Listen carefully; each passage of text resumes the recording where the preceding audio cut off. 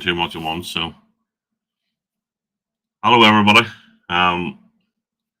Captain here again, but you know that. And I have Dorito, who is muted already. I just noticed. So, that was for Squirrel. Yeah, I know. I've said that question. Question one. And you, Yep. Sorry, that's my fault. Yeah. Sorry, that's my bad. Trying to do too many things at once. So, for anybody that doesn't know who you are, do you want to introduce yourself and just? I'm Dorito, one half of Dorito and the Luch the Luch Mob. We do go-karts and we're goofs. We have fun. Okay, right. So what we'll do, we'll just say hello to a few people in the chat. So Joey's here. Joey. Hello, Joey. Read that earlier, Joey. Crazy Ann. Crazy Ann. He's the one in my ops. Yeah. And yeah, whoever he is. Daniel. Hello, Daniel. There he is. Ali. Hello, Ali. I'm right here. Yeah. Hello, Seth. You're home, Grandma?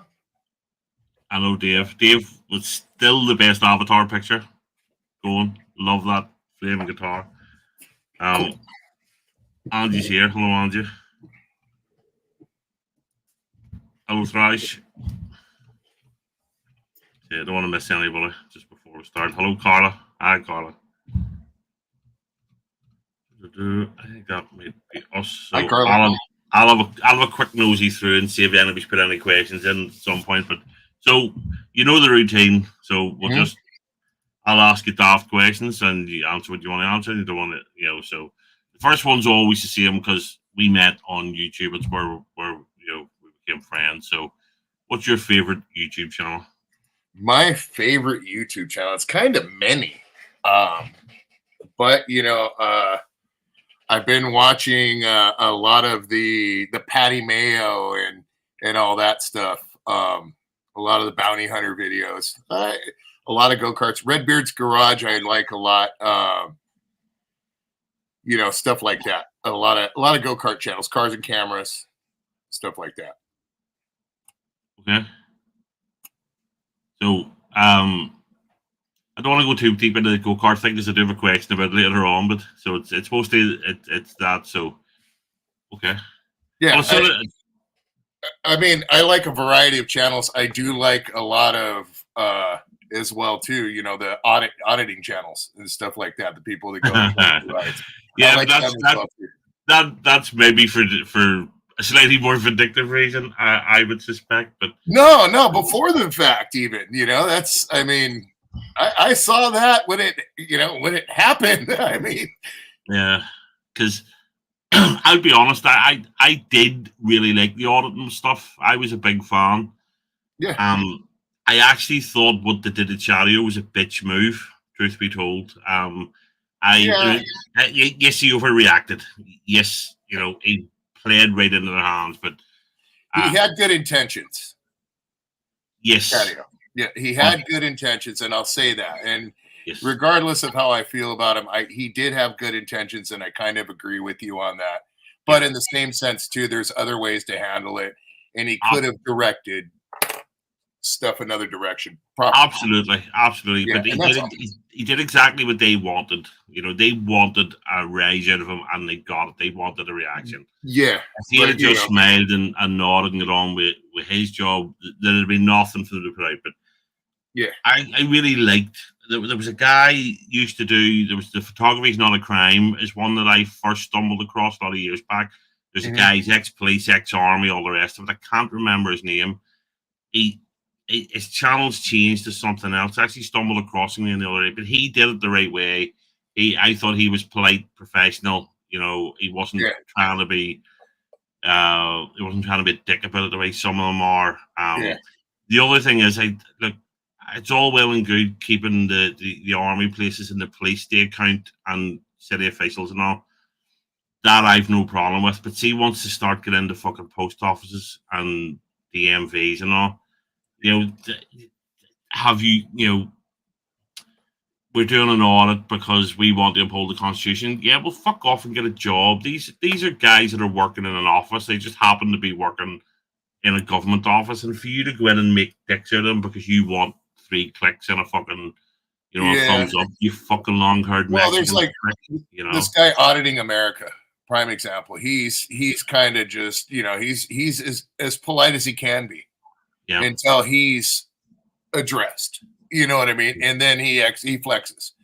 So I like him a lot. Out of all of them, I like Denver Metro audits. That dude's cool as well. Shut up. But yeah. I mean, he's not watching this crap, so don't worry about it. Yeah, no, I know, but it's no, he could be, but there's a lot of like Bounty Hunter D and those guys. I like the phony hype. You know what I mean? Yeah, I love it when they keep, when they are keeping the police honest. Because there's an awful lot of lazy cops out there, and they bring the vast majority of the cops that are good to bring them down, I think. Yeah. Yeah, well, everybody's going to be held accountable for their stuff. Yeah, but I see once this straight away they start talking, piggy, and you're dismissed and all. See, once I hear that, I'm going, you're a bail end, I wasn't raised that way. You don't disrespect a cop. Because people can bitch and moan about the police all they want, but without law and order, we're fucked, I agree.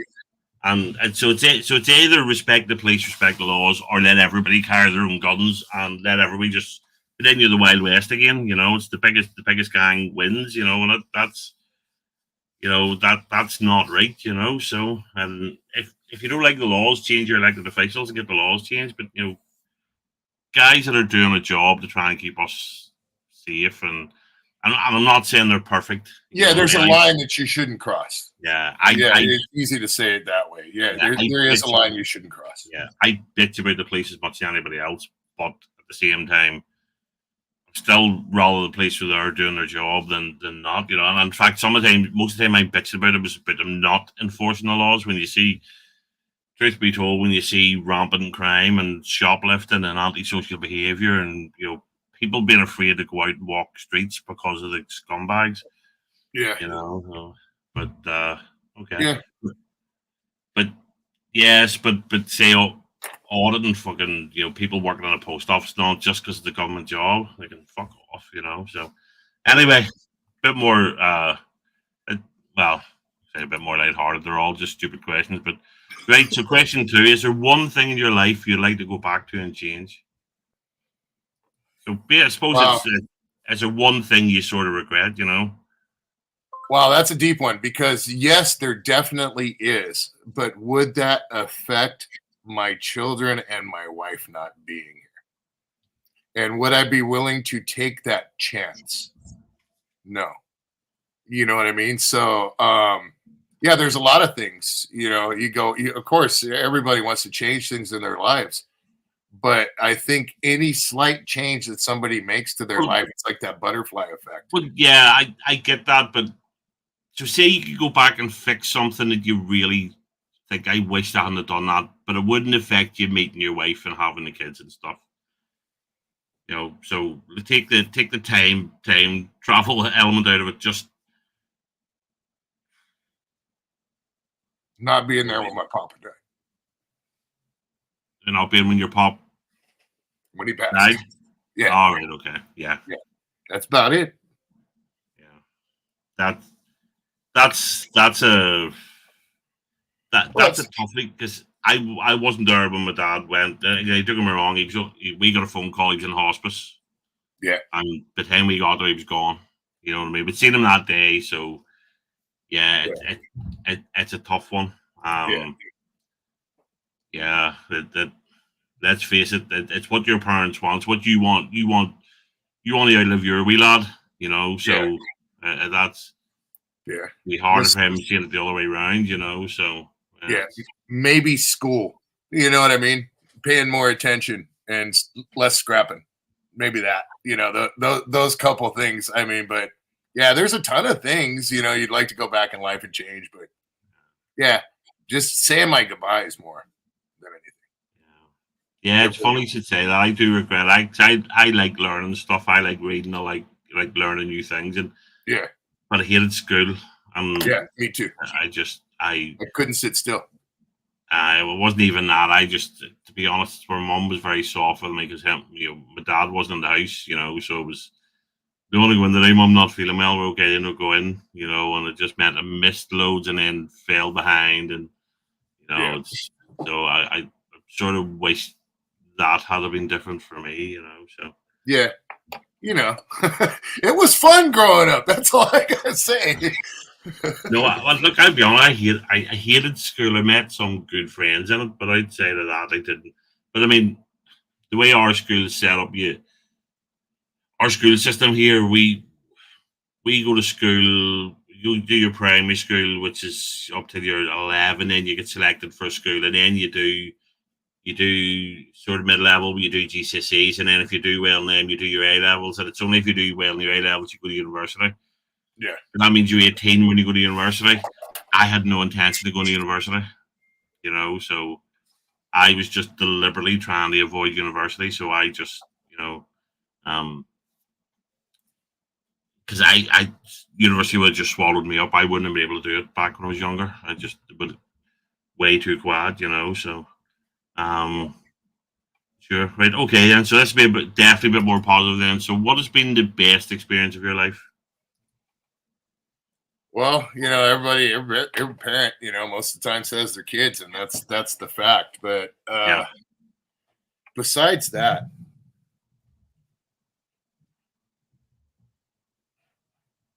Luch, hanging out with my boy, man. It's been a lifelong friendship and best experience. Shoot.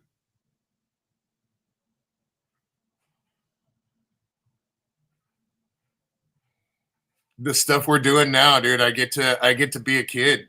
I get to have fun. That's a good one. Yeah. I get to have living life, bro. Being not having anything weighed down. But having responsibilities and all that, but not feeling so, I don't know. I'm still a kid, Yeah. So having fun. Is Luch likely to be watching this? He's not, is he? No, probably. Yeah. He's probably out. He's probably shoveling a little bit of snow out the way right now. All right, okay. Because he's a bit more remote than you, isn't he? Yeah. He's up in the mountains. He's a bit higher up, yeah. So yeah. I mean, I've done some pretty stupid things, and I guess those would be the craziest experiences. Yeah. Wow. Sorry, I don't know how to really answer that one, except for just. I mean, I've done a lot of crazy stuff, dude. Well, I mean, but there is no definitive answer, and if the answer is having a lifelong friendship with somebody that you can fuck about with, and then that's a good answer. Maybe 170 miles an hour on a motorcycle. I guess that's a really gnarly experience, and it's fun. It has been one of the best. It was, one of the best experiences ever. But it's the rush, So I guess the best experience would be the rush. See, speed worries. I remember. Well, it's been before that, Cade. Trust me. a very long time ago, being in we one of the really quick wee cars back in the day was a wee Renault 5 GTI Turbo over here, and I remember being out with my mate's dad and a load of stuff. I used to play in the bar. I used to play in pubs and stuff, and I'd go down and help him set up the big speakers and all because he wasn't able. And there was a Ford XR3. I had 4 kids in it. No, I say kids, they were older than me at that point, but you know what I mean? They were younger than Billy, and they would flying past us the motorway. They were trying to race, and Billy just went, wait do you see, let them get away in the distance. He went, and he just stuck the foot down, and just even with a car loaded up, 2 of us, it was only a wee car, wee hot hats they call them over here, loaded down with speakers and music and speakers and instruments and all. He just went flying past them. So we did well over 100 mile an hour on the motorway, and that's lose your license territory over here because you're not just going fine. That's it. Just rip it up the side of the road and walk home. So. Yeah, if you're going that fast, you stop. You're done. Yeah, That that was weird, but the speed's always fucking freaked me out, so. Yeah, I guess that going fast, like out in New Mexico, an example out there, like going from Carrizozo, New Mexico to El Paso. That highway is straight, and the only thing you have to worry about is the wind. And if you keep your eye on the desert and you're used to the wind, you know what you can lean into and what you can't. Right. Okay. And hitting 6th gear going wide open, and there's nobody out there. You know what I mean? So you only got to worry about you. You don't got to worry about somebody else. So, like out here going that fast, no, fastest I've ever been out here is 120. But no, my older brother's big biker, and I don't think he has it now. No, he doesn't. At one point, he had one of the SP1s. Which was the world. It's what Fogarty and I was racing. What won all the road races on. It was the road version of the bike that he won all the Grand Prix on. That's what it was, and it was lethal. And him and his girl, they were late for the ferry back from Scotland, and they were doing 180 mile an hour with two of them on the bike and all, just to get to the boat in time because they missed the boat. See, it's not the speed that worries me; it's the sudden stop. I was just thinking in my head, it's not the going fast; it's the stopping. Yeah. So hanging out with my friends and my best friend and goofing around. Yeah, good. That's what keeps you young. So, right. So this one is silly. It seems a bit more sinister than it is, but it's a silly question. So, if you could kill one person without any consequences, who would it be? Wow.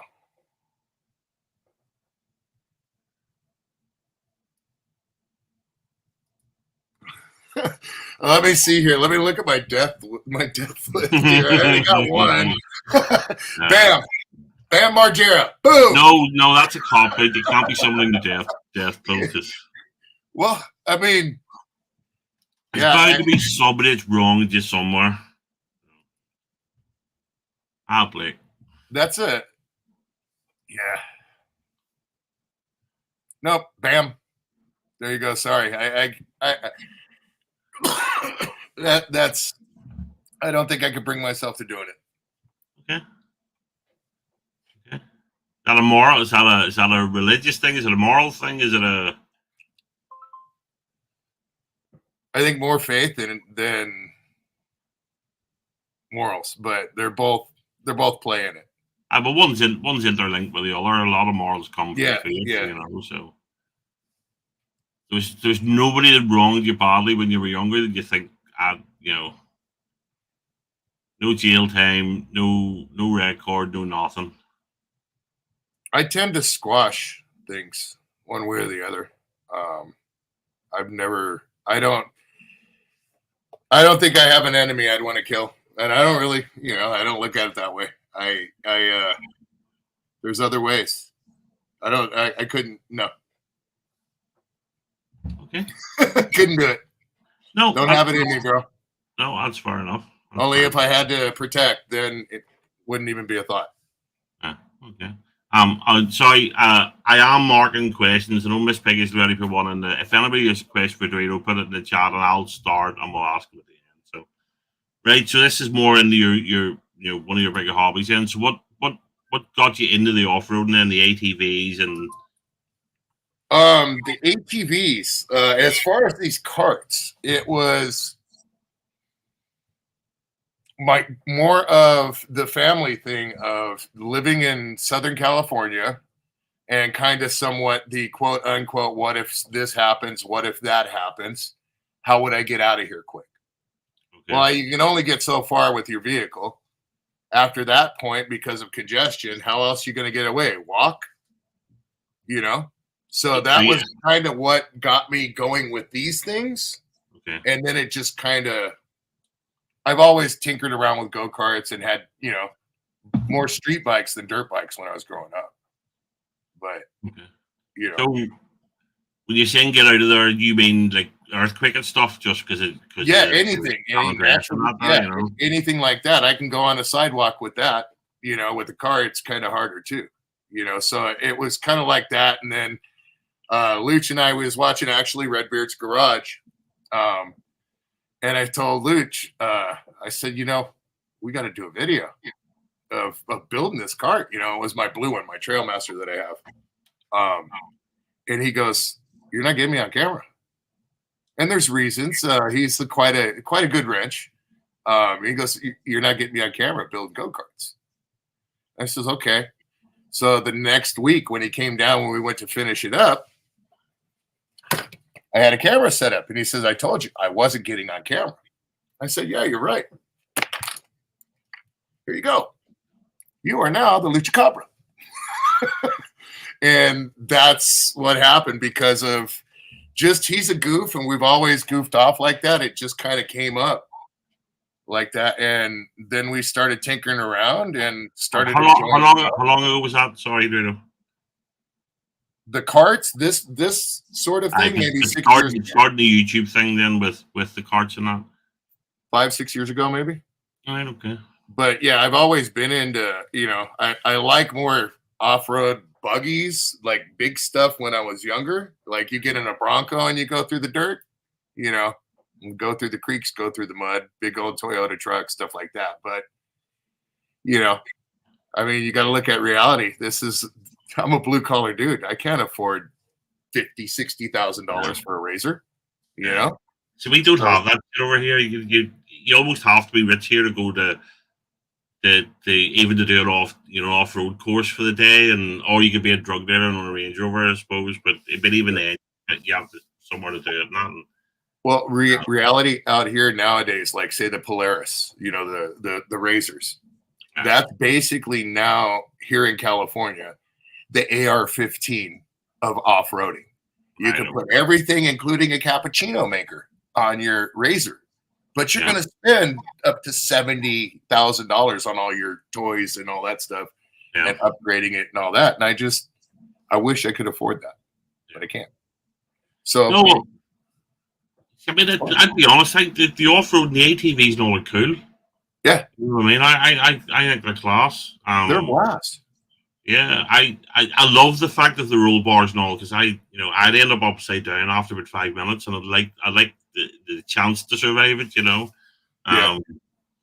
I like them. Because if I lived out there, I'd have shit like that. I remember watching what is the old Top Gears when it had when it was Clarkson and James May and Hammond and stuff.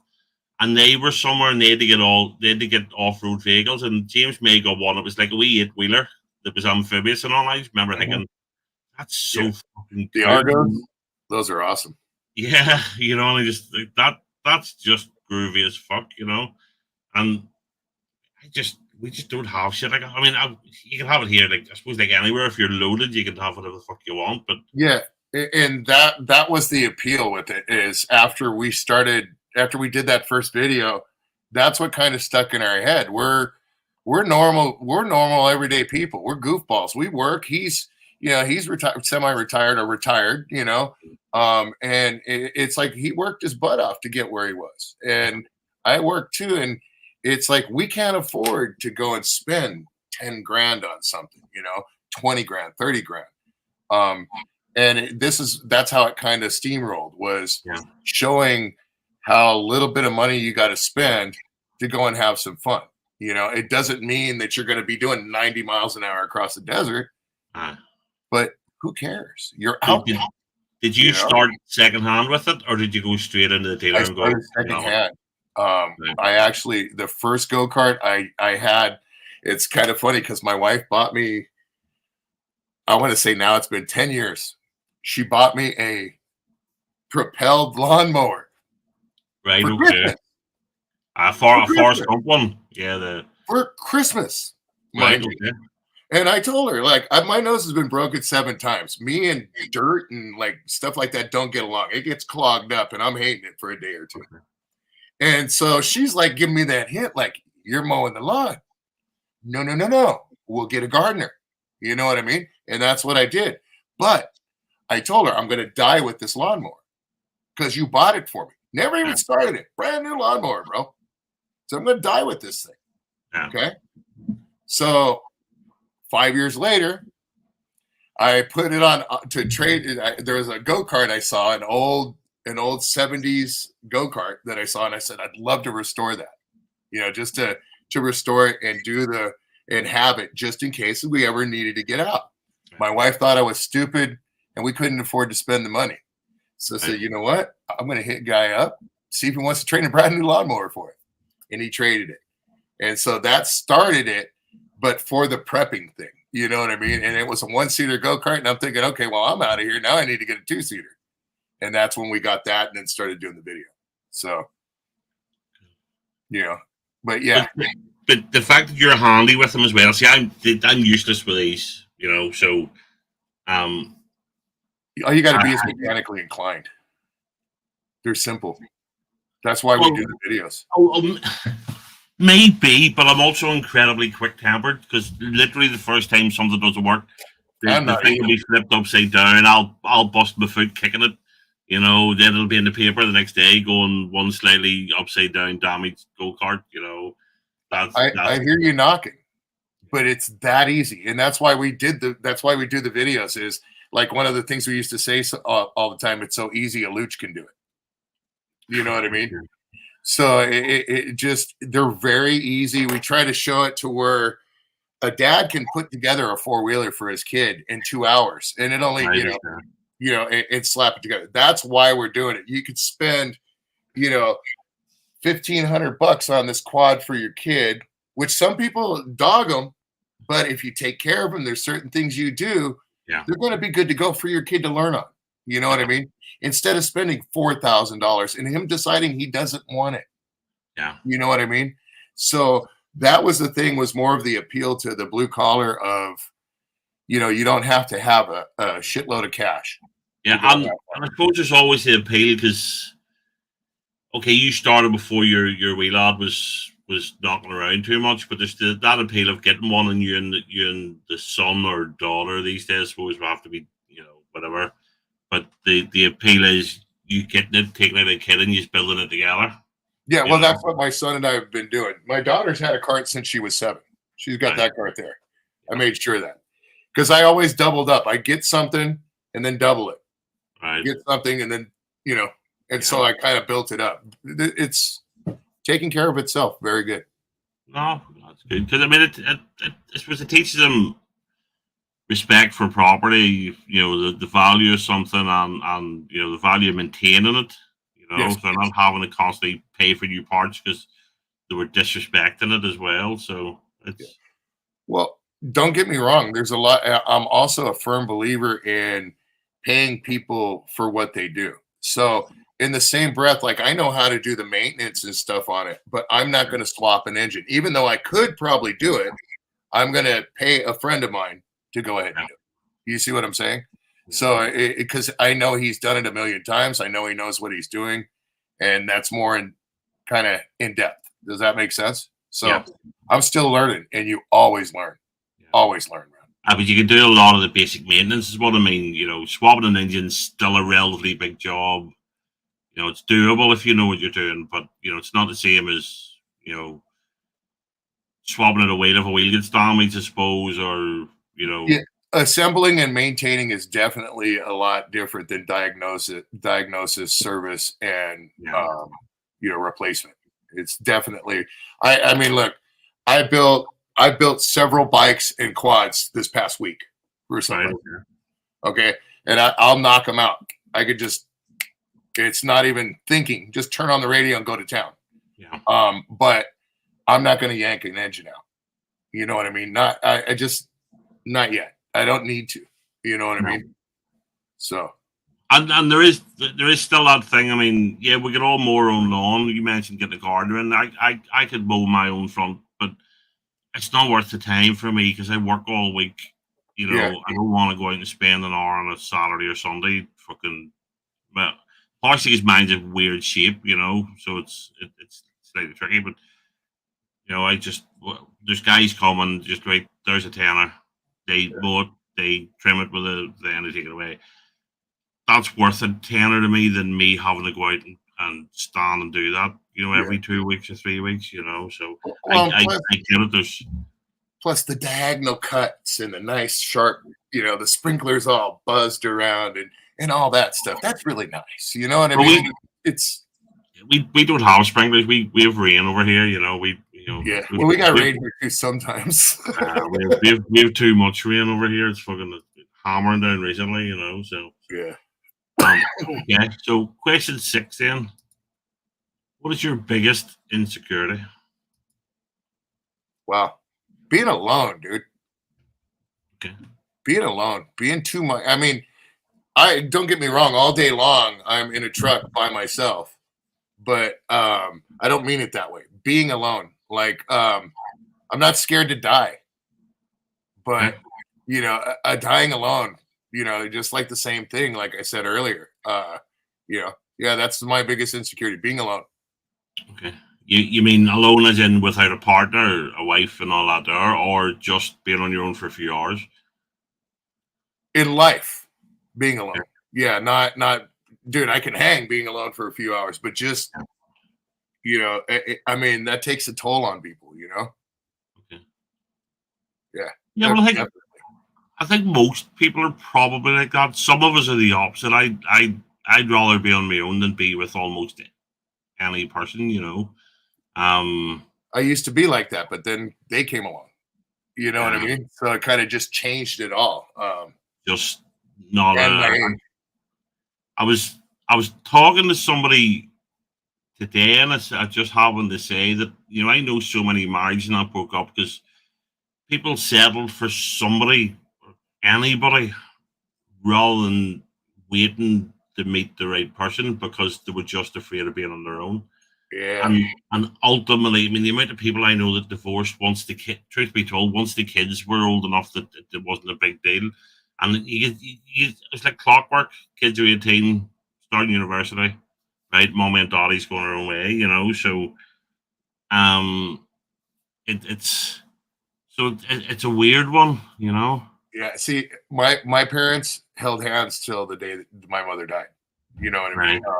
They always, joked around and stuff like that. That's how I was, even though it was my stepmother. My real mother passed away when I was little. So, my stepmother took over when I was like 5 or 6, I believe. It might have been 6. And they genuinely loved each other. You know what I mean? They held hands. They literally. So to me, I look at, even though there's that arguing, there's that pissiness, there's all that when it comes down to it. If you can say I love you when you go to bed to that person and mean it in your heart, and that still reciprocates, and you can hold that person's hand and you can be a part of that person, that's better. That's more security than anything in a relationship. Yeah. With the distance is created, that's the issue. See, I've often wondered, with so many divorces and all now, I know some people can't do it because of the religious beliefs, but I've sometimes wondered, should people be made to live with each other for 2 or 3 years before they're allowed to apply for a marriage license and get married, So being a warts and all sort of situation, you're in a house, you're sharing a bed, before just jumping in, I think you're great, Yeah, I mean, I know I didn't just say, okay, now we're married, now let's go live together. No. Yeah. Come on, man. I mean, you got to know it's, now do I look at it at a youth, a younger person having that? Well, you know what? You talk to me after you're 23. If it's my child, you know what I mean? That you talk about that after you're that age, and to me, you're consenting enough to go ahead and live with somebody if that's what you choose. In my eyes, if you're going to hop into living with somebody when you're 18 years old, I'm not going to approve. I'm just not going to approve. That's what I'm saying. But if you live with them first before you get the marriage certificate and all, What age were you when you got married then? Well, I got married for 6 months when I was 18, long enough to know I didn't want to be married. But besides that, I got annulled. But yeah, we've been married going on 20 years. It's 19. So 20 years ago. So I was 32. At that point, you're old enough to know what you really want. She was 23 23, 24. Yeah. So at 32, you were old enough to know you wanted a younger woman, you know? No, So. it just happened that way, dude. It's just like her being Latina. I grew up in a Mexican neighborhood. I never dated Latinas. I never dated Mexican girls because the brothers, the cousins, the family, always interfering. They jump into, you're done. Okay. But she's the first Latina I ever dated, and I fell in love with her, dude. Like, Yeah. But yeah, yeah. I agree with Joey. You got to figure it out. Yeah. And truth be told, I also think they need to do away with no-fault divorces, but that's maybe for another time. People just be able to walk in and go, right, I want out, sign the paper, and I think it's, I think that's making people jump in too easily now as well. It used to be a relatively long-term commitment, and now it's not. Now you can walk in and be out after. You can just walk in and go, well, I've decided it's not for me. Why? Doesn't matter. I'm not sure that's a good thing. So, but I mean, I know Angie's message, but Angie's talking from personal experience, and that's different because she was in a bad situation. But yeah, but the point is, if it's harder to get out of, I think people might be more reluctant to jump in without knowing more as well, Yeah. So, well, it was a rough first 5 years, man. If you make it past 5 years, then that's the way I look at it. After you're married, if you can make it past the first 5 years, and that's what I was being told growing up. Yeah, absolutely. Social media. Look, I suppose this is technically social media, so there's great things to it, but it's just made so many people have such a high opinion of themselves and such a low opinion of everybody else, and the sense of entitlement out there at the minute. It's just, wear your heart on your sleeve, be who you are wherever you are. If people don't like you, and it's that has nothing to do with being alone. No. I mean, I think marriage is a great institution. I think marriage is the best way to have kids. I think kids in absolutely. Yeah, kids in stable marriages tend to be more stable kids. They're better adjusted. They do better in college. They do better at the end of life. Yeah, and I'm from a broken family. Broken marriage. My mom and dad broke up when I was 9, I think, 10. You know what I mean? So I'm not having a go at it doesn't work because my mom and dad were not supposed to be together. 3 kids after a while just went enough's enough. So I'm not having to go on anybody for their choices, but I'm just saying maybe there's a better way, and certainly not being able to jump in and out of it. Yeah, is a step forward. So okay. So question 7 then: are aliens real? And if so, have they visited us? I totally believe yes. I'm not going to get all crazy foil-hatted about it, but yeah, I think both. I think that there's more to things than we are told, and I think it's definitely feasible. Okay. Do you think there's been? So what makes you think that they visited us? What makes you think they've been here?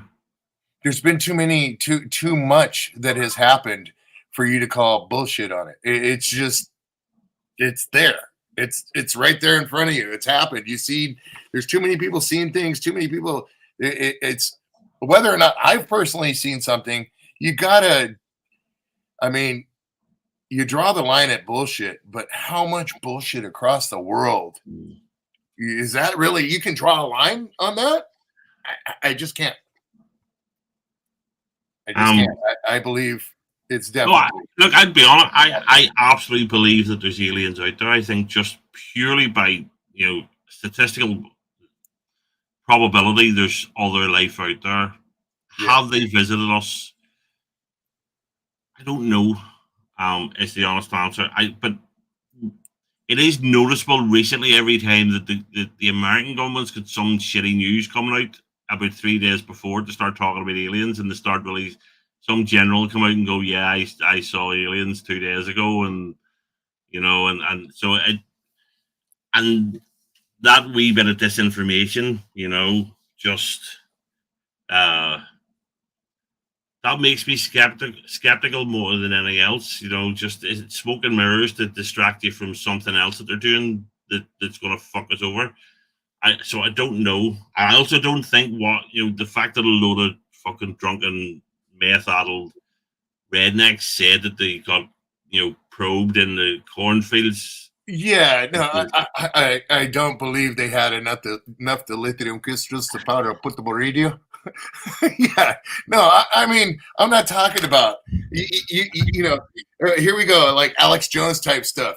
Yeah, all this BS right here, and then this from the mainstream here. What's going on right here, right? Yeah. But there's still something right there, right? Hello, you see what I'm saying? That's what I mean by that. It's just it's one of those things. I wouldn't definitively say I absolutely think they've been here or absolutely think they haven't. You know what I mean? I remember I watched Bob Lazar talk about his experiences. He was when he was on Joe Rogan, and when he was talking about the stuff, and his was very, very. His story has stayed super consistent, and he hasn't really tried to monetize. It's not like he's come out when, yeah, I found some gold tablets in the woods, and I'm going to make a religion out of it. He's So, and he's very, very, very interesting to listen to, and some of the stuff, and the fact that they went out of their way to discredit everything about him, including his academic life and all, and thankfully he had receipts for so much stuff that he was able to go, that's bullshit, that's bullshit, that's bullshit. So yeah, I'd love to think they were here. Although I do worry, I'm going to repeat myself. I do worry that Stephen Hawkins was right. He says if they come here, they're here for our resources. They're not coming to say hello. That's the thing. Is I mean, that's why you say the visited us part. And is there people knowledgeable of it? I mean, come on now. Yeah, I'm saying come on now, but you know what I mean. It's just I don't know. That's a whole. I think you definitely need to get Raven up here for that question. No, and that's a big shout out to you. But yeah, I do believe they're there. I do believe we've been visited. I do believe there's even been some sort of contact. But do I believe that we'll see that in my lifetime? I don't think so. I think my kids might. But there are people that say it's all happened, but the governments don't want to tell us because they don't think we're ready to accept it. The panic and all of them ensue, but and I have to wonder about that, So but right, okay. So question 8 then. So more a YouTube question again. What on YouTube disappoints you the most?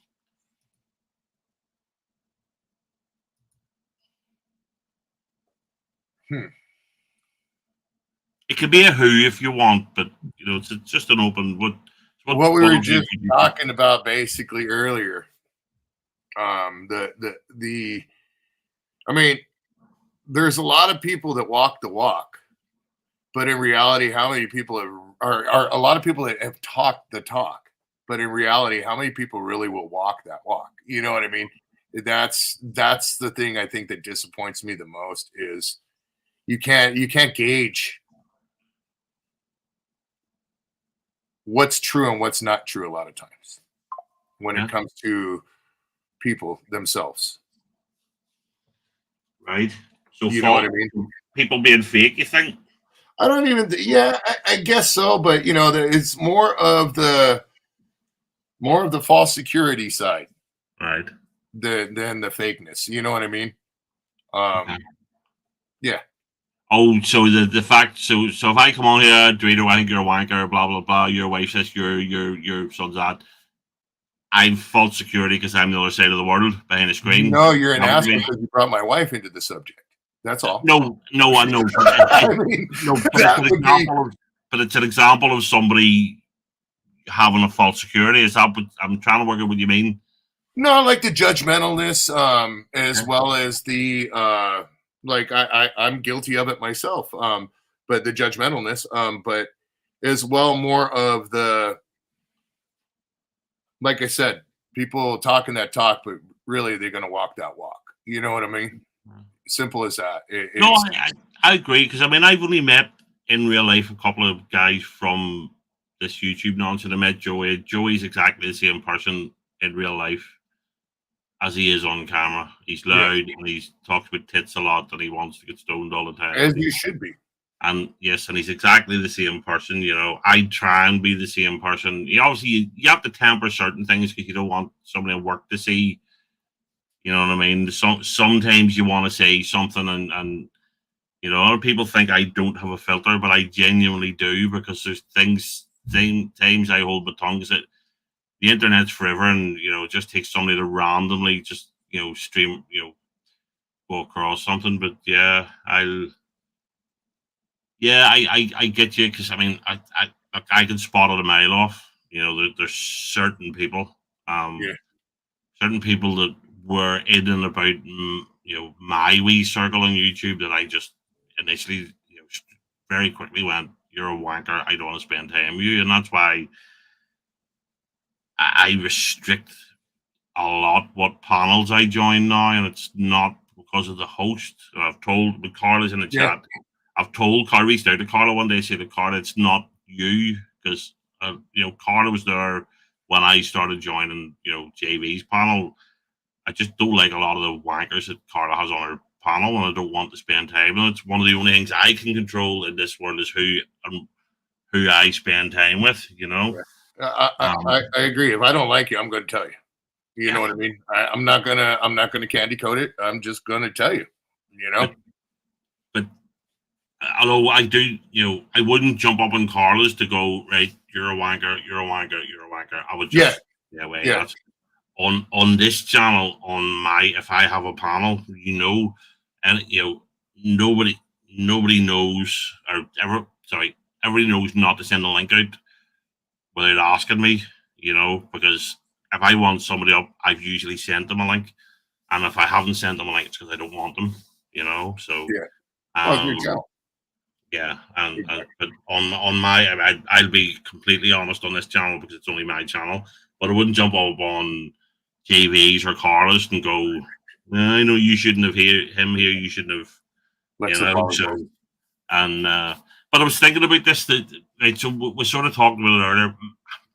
Now I've asked this question a lot, but it's just occurred to me, the thing that disappoints me most on YouTube is, for every good thing, for every good idea, there, you know, there's somebody shitting on it.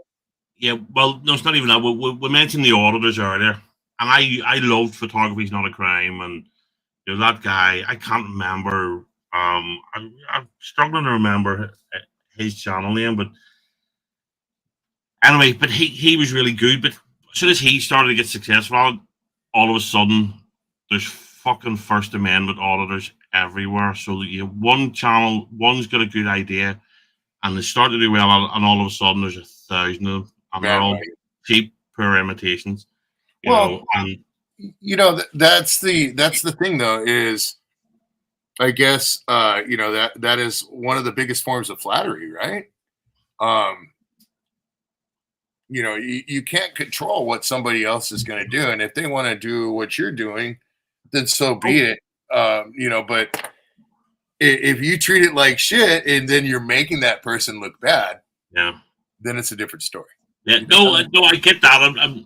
It's not even. I'm not even really having to go at the guys that do it, you know, because ultimately we're all doing, you know, we're all doing some imitation of something here. There's very little original thought at this stage. I don't mean it like that, but just for argument's sake, I mean, we have friends that do reactions, and you know, some of the guys are brilliant at it, you know. But the problem is, when you watch one reaction on YouTube, all of a sudden you get bombarded with 30 different reactions and reactors, and that's kind of how all the auditing once came through with mine. I watch one or two, then you see 30 of them come up, and you know, it's like then all of a sudden you see battle in Ukraine, and then you know, that's the next thing, and then so that's it for me. It's just for every good channel, there's 1,000 cheap, shitty imitations. That's all. Yeah, you know? and I hear you on that. Like there's been places where, you know, I didn't I kind of even felt like, like I said myself, I'm been guilty of kind of going like that myself. But that's lately I've chosen the higher road just to walk away instead of disrespecting people I like. You know what I mean? And that's hard for me. I'm kind of the guy that just likes to pow. Yeah, because I mean, like it's hard to do something original. It really is. I mean, it's like me sitting talking to people is not exactly an original concept. I understand that, but I'm probably the only one amongst our wee circle that does it at this stage. Joey does it with, he's doing interviews and stuff with like celebrities and that. Yeah. There's nothing wrong with hiding your hands as long as you're going to owe up for throwing the rock. What? Oh, I was just answering. Stop looking at the chat. There's questions in there I'm going to mark for later. I had to share the thrice for that last week as well. Sorry, here, I'll switch private chat. Yeah. No, so I there was no point me trying to beat Joey and starting emailing, sports stars and retired wrestlers and all that there and doing what Joey does. Joey's brilliant at it because that's his love. He loves his fucking sports stuff and all. There's no point me doing that. There's no point me starting, right, I'll buy a go-kart and I'll do a go-kart channel because Dorito does that, and there's no point, so I just wanted something to do on a Friday night, so and that's why I did this. But so I get that, but I think the Auditors is a perfect example of it. It just becomes like, what the fuck, so anyway, so question 9. I only put this in about an hour ago. How would you survive a zombie apocalypse? And well, I know you've thought about this. I know you've thought about this. We've never talked about this, but I know you, and I know you've thought about this. I'm out of here. That's basically it. Fill the truck up, put the kids in a safe spot, and grandma, get them out, loaded down, run through whatever I got to run through as far as I can, and then unload what I need to unload and go further. Yeah. And try and just stay away, dude. Because I got kids. I got a wife. Sadly, I've thought about this way too much over the years. Zombie movies is probably my favorite genre. The Walking Dead when it came out was like manna from heaven for me. I loved it. But watching the old original, Dawn of the Dead and Day of the Dead and stuff, loved all that. And we used to sit in with a few drinks in us and would sit and talk about. And it is that meme that goes about, the hardest thing about the hardest thing about if the zombie apocalypse happens is pretending I'm not enjoying it, and I think, so. But yeah, I guess that would probably be one of the best references as a book of how to is The Walking Dead. I mean, who doesn't love The Walking Dead? I mean, no, Joey hates it. Joey's a weirdo. But it is the one of the. I remember watching one of the custom guns programs that used to be on the Discovery Channel or one of the channels. Ironically, it was the guy that I think was he from Carolina? The guy that ended up going to jail for molested his daughter, but we didn't know that at the time. But but he did the guy that wrote the book World War Z, right? Which eventually turned into the film, But he went to them and went, I want you to design me what you think would be the best zombie apocalypse gun. And they were talking about, they get asked this all the time. But what they came to realize is it's not necessarily the zombie apocalypse. People, it could just be an end of days. How do you survive the end of days? Like, you're in SoCal, so what if half of California falls into the sea? What if the grid collapses because of earthquakes? What if the and they did the so that's they did 2 different types. They just split the teams and right, you go and do your gun, we'll do ours. And it was fantastic. So I guess it's all kind of the same thing. It's not really so much how you would survive a zombie apocalypse or a massive, quake or a massive tidal wave, or, how would you, survive it by just gathering up your own and what you've ever saved up to cover your butt and get into a safe place, But you're right. I mean, if you thought about it to a degree where you've got into, sorry, one second. Next, we asked this earlier. It was question 3, I think. So you'll have to rewind. But if you've thought this to the point where it's one of the reasons you have your off-roaders is to get out of SoCal, if it all goes. Of course, ever since when my daughter was born, dude, it changed my mentality. Like I was more, I didn't really care. And now, ever since she was born, it's more of what am I going to do to make sure they're okay? Yeah. You know what I mean? Because I ain't worried about me, bro. I can handle myself. But I got weight with me, and I got to take care of that weight. So of course, I mean, that's my whole thing is like, do you get where you got enough food to get away? Do you get where you got enough? Yes. Am I one of those guys that like I got a shelter? No. But yeah, I'm gonna be okay. Making the Luches basically. Huh? He's up in the mountains. Making up the where Luch lives if he's up in the mountains. That might be a stop. But if he wants to come along, then we could talk about it. You know what I mean?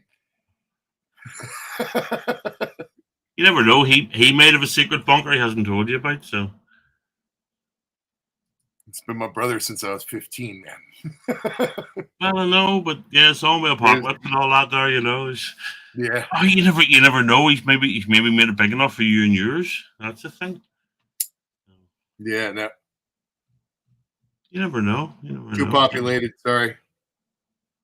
Not interested. Right. Question 10 then. Does God exist and does he love you? Absolutely. On both. Absolutely. Yeah. I mean, it can be, a lot of people can try to contradict it, but I've always felt that way. I've been raised that way. And I don't believe in church, but I definitely believe in God. Yeah. So why so sure? Why am I so sure? Yeah. I guess it's just been ingrained into my brain since as long as I can remember. But I've chosen my own faith and I've looked at it for what it is. I mean, ultimately, was there a creator? I believe there was, and I believe it's God. I believe that Jesus died on the cross for me, all that. I pray. So yeah. Yep. Okay. So faith and belief in a creator, but you're not a churchgoer then as such? No, I don't believe church is in congregation nor my wallet. I believe church is in your soul. You know what I mean? And congregation can be amongst friends. You don't even need to so much talk about God.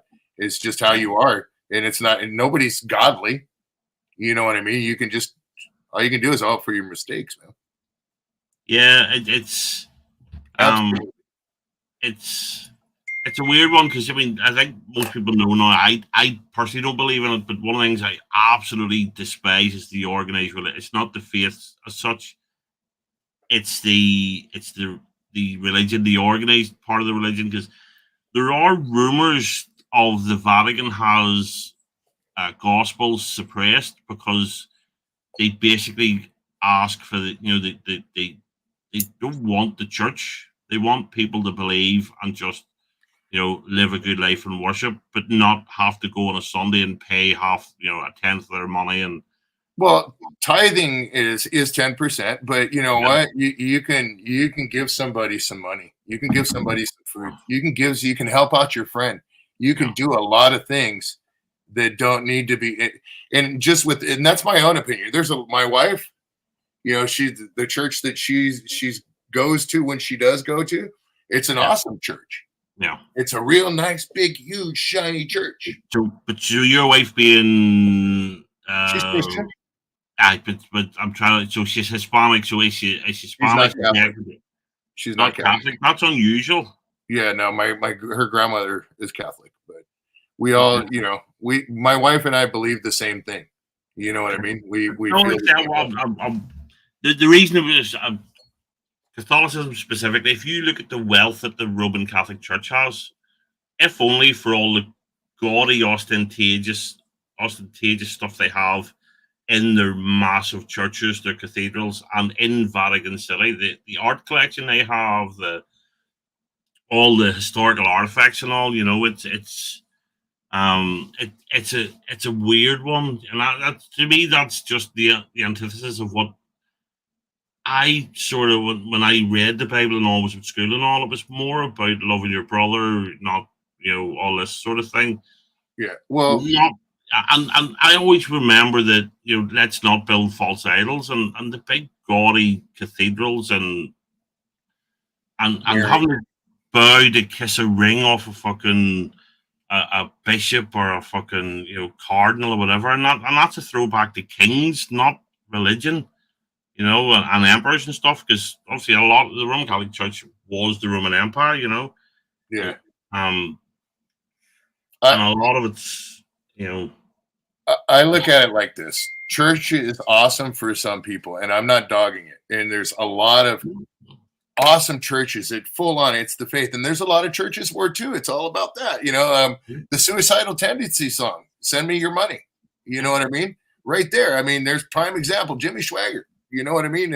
And all that stuff. But to me, it's not for me. You know what I mean? There's other ways. I don't preach that Luch is an atheist. You know what I mean?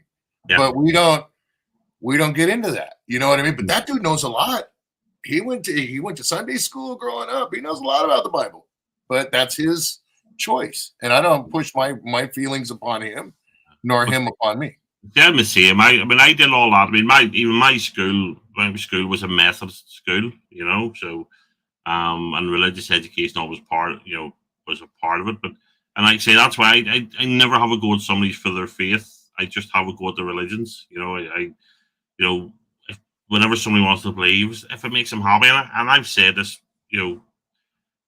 even as somebody that doesn't believe in God and stuff, I lament the collapse of the churches and all the rest of it, because I do think they're a net positive to society. You know what I mean? Because people do hold back on some of the more base tendencies because of what they're taught at church and their fear of going to hell and all the rest of it. And I also think the cohesion that the social support and structure that a church and a congregation all gives people is a great thing. Squirrel said, I mean, he goes to the church and they do the service, and then they all go and they have a juice box on There's a prime example right there. What I was saying, there's people have their own feelings, and it's far from me to say that person shouldn't have their opinion of this, because that's one of the biggest no-nos when it comes to faith. You can't be doing that, man. Yeah. So. Right, we're at the halfway mark. And cool. Can I one quick question?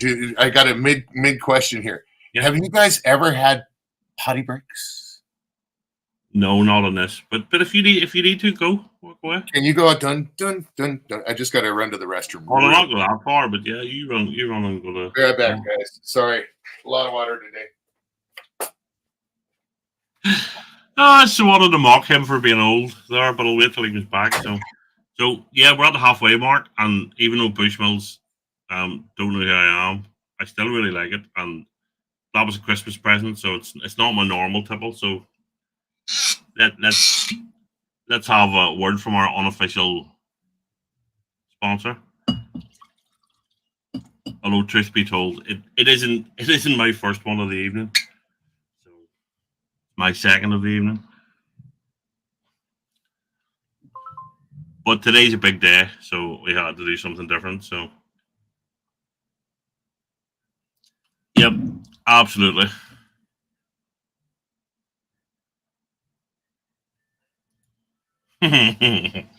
Yeah. And this is weird. This is possibly my biggest nightmare. It's bad enough being on camera. The best time of being on camera on my own is scary, so. Sorry about that. No, you're all right. You're all right. Yeah, Lex was mocking you about your age. No, it's true. Ever since ever since this any like that first thing of the ethomycin or whatever the hell they call it when they put it in my body, the radiation. All right, I forgot about that. David, I'm having a bit of issues. I've a leak and stuff in the roof. It caused a wee bit of damp, so there was a bit of mold behind the poster. So I had to take it down, kill the mold, put paint on it until I can get my roof repaired properly. Once the weather's it's too windy and too wet for the roofer to go up and fix it at this point, So, but yeah, I knew somebody had missed the poster. Although you said straight away, "Where's the poster?" And whenever you okay, so question 11 then. Yeah. So if you could pick one superpower, what would it be? Cheers, everybody. Let's do it properly. Yeah.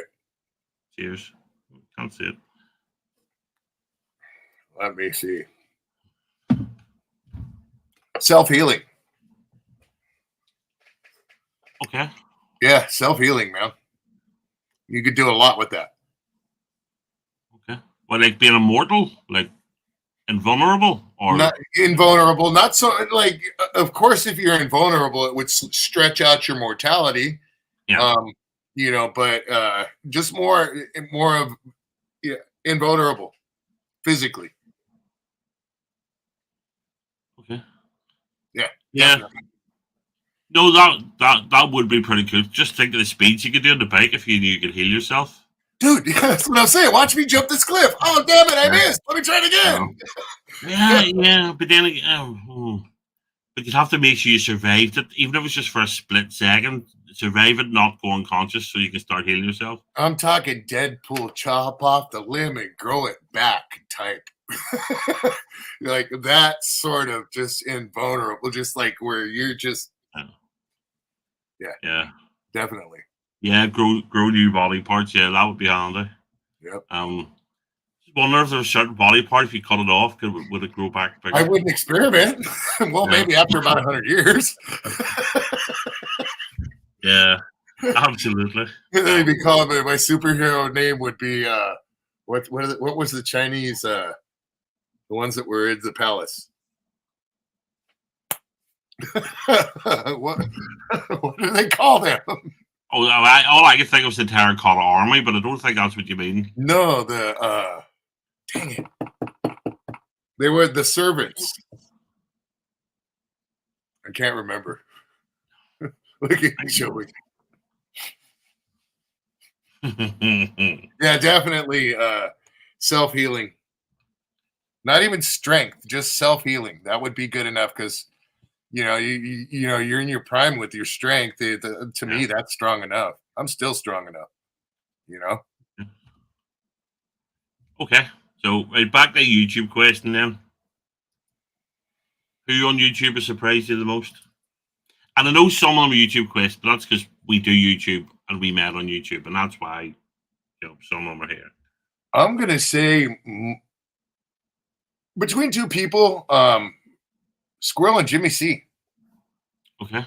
Yeah, Squirrel because he's a go-getter, man, and it don't matter whether it's straight or it's uphill. He's going for it, and I'm the kind of person I like going through the wall. I don't want to go over it or anything, but he's a smart guy. I like Squirrel a lot. He's very he's innovative. I'm trying to say the word innovative.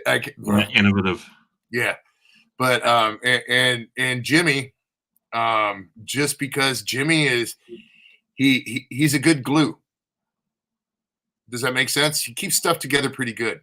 Even though he's out of hand and stuff, just people, he's pretty tight knit with certain people, and he stays good and true. I don't know Jimmy that well. I didn't for the longest time. I see him on Joey's panel from time to time, and I do watch his thing. And again, to go back to something I said earlier, I like Jimmy, and he seems good people. But I think I don't want to be a dick about it. But as I said earlier, there's certain panels I won't join because I don't like some of the people, and it isn't the host usually, because if I don't like the host, I don't watch. You know what I mean? And that's why I'm surprised with him, is because he's held it together to where there's been, and even me in that situation where I, come around and other people, it's stuff, and he has held on to it, and he kind of he's a very neutral person, and he makes it very clear, and that's what I like about him, and that's why he surprised me. Yeah, it's just I'm sorry, Mr. I just don't get it, because I'm not viewing this as a business venture. I'm not viewing this as, I'm not trying to be anything. I'm not trying to be Joe Rogan. I'm not trying to be anything else. You know what I mean? I'm doing this because I wanted something to do on a Friday night. I started doing YouTube reluctantly because I really liked, the Friday night crew that were there on JVs, and they coaxed me for months to do it. And that's why I finally went up, and I found out, I enjoyed it. Jimmy's been a true friend to me. I guess that's why, everything about him, just the neutrality. Yeah, but I think what I'm trying to say is, for me, I'm not going to surround myself. I'm not going to let me be surrounded with people that I'm not keen on, that make friends that I'm hanging with uncomfortable. So yeah, that's all I'm saying. So yeah. And that's why, as much as I love when Carla's on my panel, or if I'm on JVs and Carla's there, I won't join Carla's because certain people are that I can't stand. And Jimmy seems to be the same, and that's fine. On his channel, he can do what he wants. Yeah, Jimmy's welcome around mine, and if he's on Joey's panel, I'll jump up and brilliant, because actually Jimmy's going to do this for me one day. So. I just never thought I'd really be friends with someone like him, and I'm not even saying that in a bad way or anything. It's just we were a lot different in a lot of ways, and then there's a lot of similarities that I come to find out, and I just like Jimmy. That's why he surprised me. Yeah, no, that's fair enough. So I know you're impressed by Squirrel, but it doesn't really answer why surprised then. Because the way he's just shot up, every time he grabs up a channel and works on it, it bounces right up. You know what I mean? He figures it out. Okay. There's a lot of people that do that, but I just like the way he's gone at it. You know what I mean? So he's definitely a workaholic. I couldn't do what he does. See, that we're traveling for work and then getting home and having 5 kids and a wife to look after, and then doing 2 or 3 hours editing every night, This channel, that channel, and that channel, and that channel. That's why I'm surprised he's kept it up, bro. It's the momentum. The guy, he's got good ethics, man. Yeah, I know. Look, there's very few that work harder at this stuff than he does, on top of a full-time job and a full-time, large family, so yeah. I get that, so okay, so a wee bit again, remember, you don't have to answer anything, but what's been the worst experience of your life?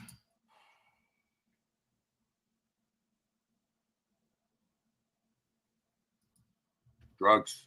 Okay. Getting messed up for a little while. Okay. I didn't know that. Everything. Right. For how long? Huh? For how long were you fucked up on them? A few years. Long enough to get put in check. Right, okay. So, well, I'm going to ask, you don't have to answer, but what drugs was it? Well, what was your... Oh, it was meth, dude. Okay. Yeah, and it wasn't even really... It was weird. It wasn't the money part. It was more of the trouble. Okay. Because that was, irrelevant on the other end. So it's just the trouble. Okay. The wrong crowds, the wrong, I didn't know that, but I mean, this wee country has its problems, but one of access to real drugs like that's harder, I think, than it is in certainly big metropolitan areas of America, so especially when it didn't cost you. Yeah, that's the whole thing, dude. Is it just, Yeah, there's it's you run into, and not even saying a lot, bad people, but sometimes you run into bad things and bad situations, and but you got yourself out of it. Oh yeah, no, and my wife was a big part of that. She was just like, I'm not even going to be with somebody that's doing that stuff. And if it wasn't for her, I'd probably be dead or in prison. To be honest with you. Right. Okay. Yeah. I didn't know that. Fair play.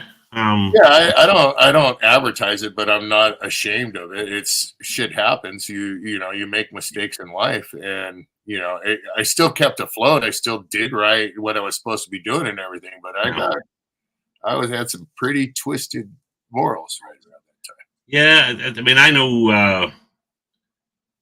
I don't know too many people that have went down the road of the harder drugs. And a guy I used to work with, he jacked it all in and fucked off to Amsterdam. Yeah. And when he came back, it wasn't what he was expecting because everybody sees the tourist stuff and they go and they go get stoned and all the rest of it. But it's different when you have to live out there and you have to pay rent and you have to work, and it's like people go to Vegas and they visit Vegas to think it's fantastic, and it is to visit, but living there, having to work and pay bills and all the rest of it, then the gloss goes on. But anyway, when he came back, he says he did heroin when he was there. Yeah. But he only did it once. And he said, I said, why did you only do it once? Just because it was so good. Yeah. That's what anybody that's done it that I've ever encountered has said. No way.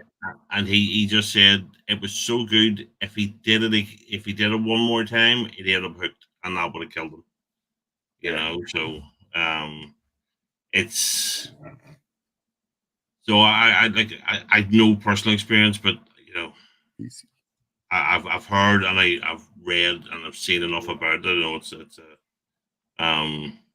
It's a bad thing, dude. Yeah. It especially when it's not costing you.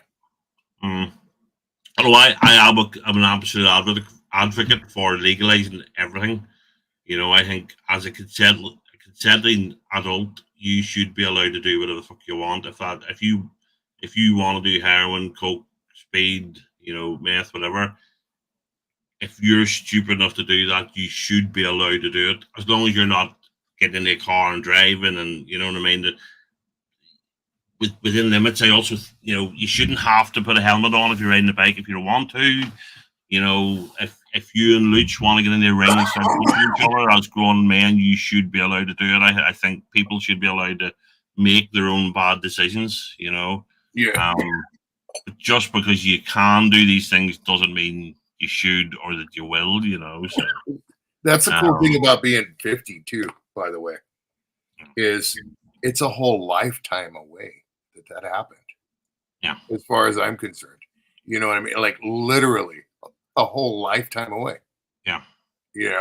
And that's the thing. Like you like I said, you got to wear your stuff.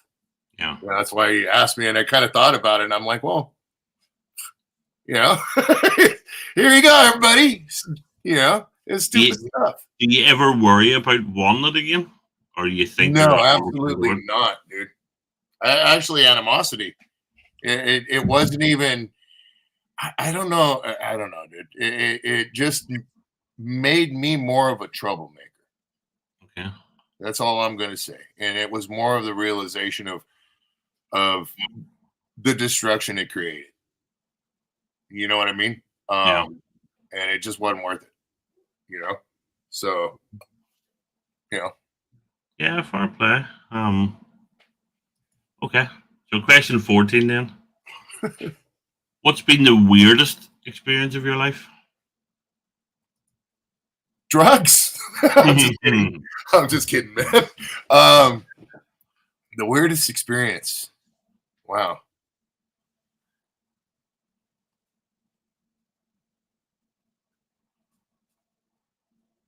Dude.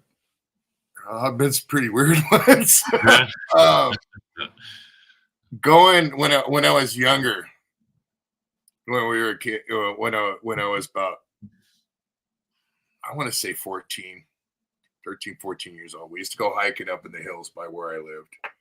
And there was a old Nike missile bases, silos. Okay. That were abandoned. And we went to one time and climbed down it, and there was a pentagram and like busted up wax in areas. And we looked at it, and then all of a sudden heard some gnarly noise, like some shuffling and running, and we boogied out there. So I guess that was the weirdest and not one of the scariest. I've had a lot worse, but I think it was one of the weirdest because it just kind of freaked me out. Like, it was a long way back up. All right. Yeah. So, and it I made it pretty quick. So, that would be really freaky. You go down to somewhere dark and dingy, and there's a pentagram, and there's like little chunks of candle and stuff, and then we heard shuffling, and I don't know if it was muttering, maybe one person talking to another, but it was like almost like a whispering sort of muttering, and it didn't sound right, bro. And it was like, whoa, and I'm like, we were just looked at each other, and I'm getting goosebumps right now just thinking about it, dude. It's kind of making me. What age were you? I was like 13, 14 years old, dude. Wow. Maybe 15. No, it was before I started hanging out with Luch, right before. So when I was a little kid, yeah. Maybe it was Luch. Did you ever ask him where he was that day? Maybe he was down. Maybe I didn't even know him at that time, dude. Yeah, but that's the point. Maybe it was him, and maybe he was down there with Telegram. We saw it. He went, yeah. I didn't stick around to see. Nope. I was gone. I was gone, dude. I think I was the lightest, fastest, quickest I've ever been. Should have took some DNA right at that point in time. Yeah. Well, I mean, so what was that? Did you contemplate? Right, I know what I'll do. I'll push one of my friends over, and I'll just outrun him. No, we were all gone, dude. No, it was we were gone. It was stairs like this, and then you could go up, and it was a little roundup like that up at the top, so you could get out quick. And everybody was gone, dude. It wasn't. It was just a little bit of a distance. You ran like 3 or 4 tiers like this, and then you ran around a circle like that. And yeah, no, I can't even imagine that.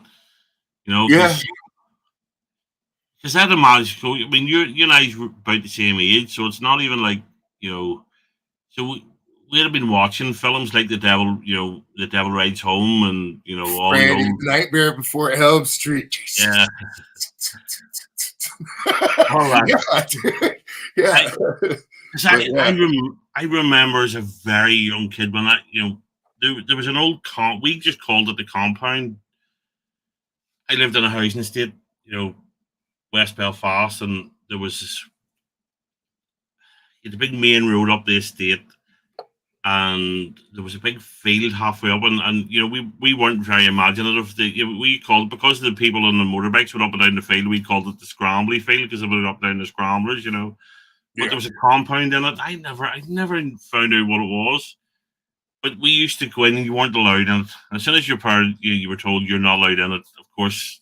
Yeah, there was no trespassing signs everywhere up there. Yeah, it was great. Yeah, but even your parents normally don't go in, so we were straight over. But it was one of those ones because we didn't have a lot of torches back then because we were poor kids and stuff. You maybe had a torch, but you used to not have batteries for it. And shit like that there. And you'd go in and it'd be dark, and then somebody'd shout something stupid, and then somebody'd go, "Aye, something's moving."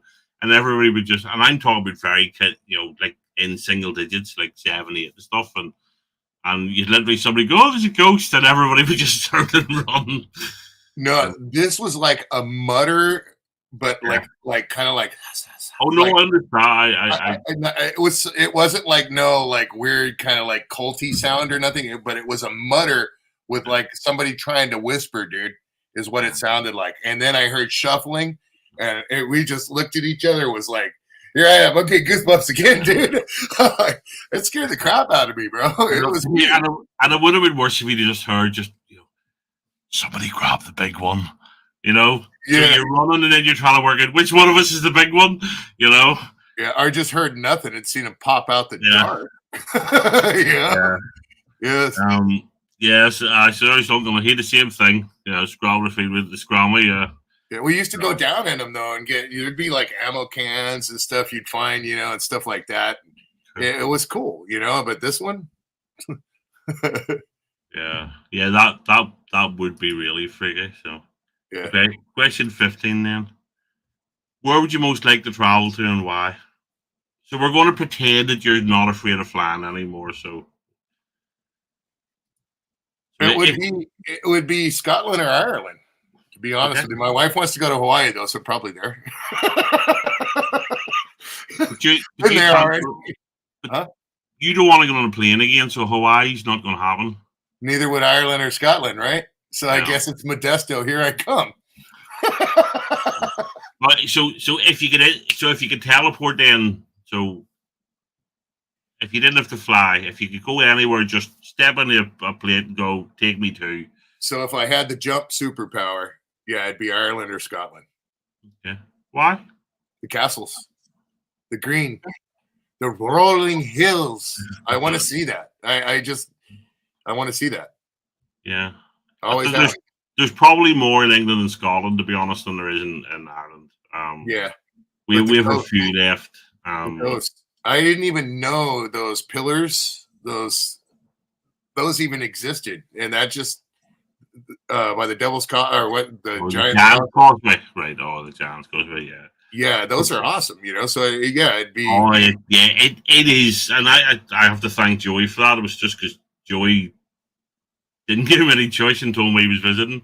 So we would up. I'd seen him, I suppose, nearly 30 years ago, and wasn't super impressed, But when we went up this time, we were a wee bit. It was just fantastic, and funny enough, we drove past a place called Dunluce Castle. So I actually went back. We didn't have time when Joey was over to visit it, so I actually went up last year. Me and Harf and I went up, and it's really impressive. And you see actually those hexagonal stones that are in the causeway, they're actually they used some of them to build the castle. I didn't know that either. You can actually see them in the ruined walls. Some of the actual causeway stones. Because why wouldn't you? I suppose in the 1300s. Yeah. That makes sense to me. Yeah, it's not like you're thinking, well, hold on a minute. If we use all these 700 years from now, people won't be able to walk around them and take pictures. So I just that's what I'd like to see. Always wanted to see Ireland or Scotland. I've always wanted to. Yeah, all my life. So you're gonna have to either get in a big boat then, or develop superpowers. No, it looks like I'm not going to see Ireland or Scotland. Modesto it is. I believe, yeah. I'm going to go to Clancy's pub, dude. The Titanic's due for a return trip soon, so you can always get, come back that way, so. Yeah. Maybe not, so. Bullet train? But traveling's a weird one. I'm traveling never bothered me. Obviously it's a pain in the hole, but I was never afraid of flying and stuff. Just, it's just something I haven't done in a while. So, I actually haven't been on a plane in 12 years. So, and I used to go somewhere at least once a year, if not more, even if it was only Amsterdam or Liverpool or something, But I don't think the plane's going to blow up or I'm going to die or it's going to crash or anything. I know that's a lot safer than driving cars in Los Angeles, But the thing is it's just like being 50 feet up, 100 feet up, and looking over the side. It gives me that same feeling being up there in the air, and it's just not comfortable for me. You know what I mean? I'm not into it, not interested. I'm not scared of the plane crashing. I don't feel good. So yeah, I'm scared of heights. It just gives me that like, I guess more vertigo than anything. Right. Okay. No, fair play. Like looking down the side of a building, that feeling you get. That's the feeling. Yeah, I probably would be now. But I say it never used to bother me. So okay, so a music question then. Question 16. What would your 3 Desert Island albums be? Ooh. Well, let's see here. You're probably going to laugh at me. But Scorpions Blackout. Okay. For one. Probably Social Distortion. Mommy's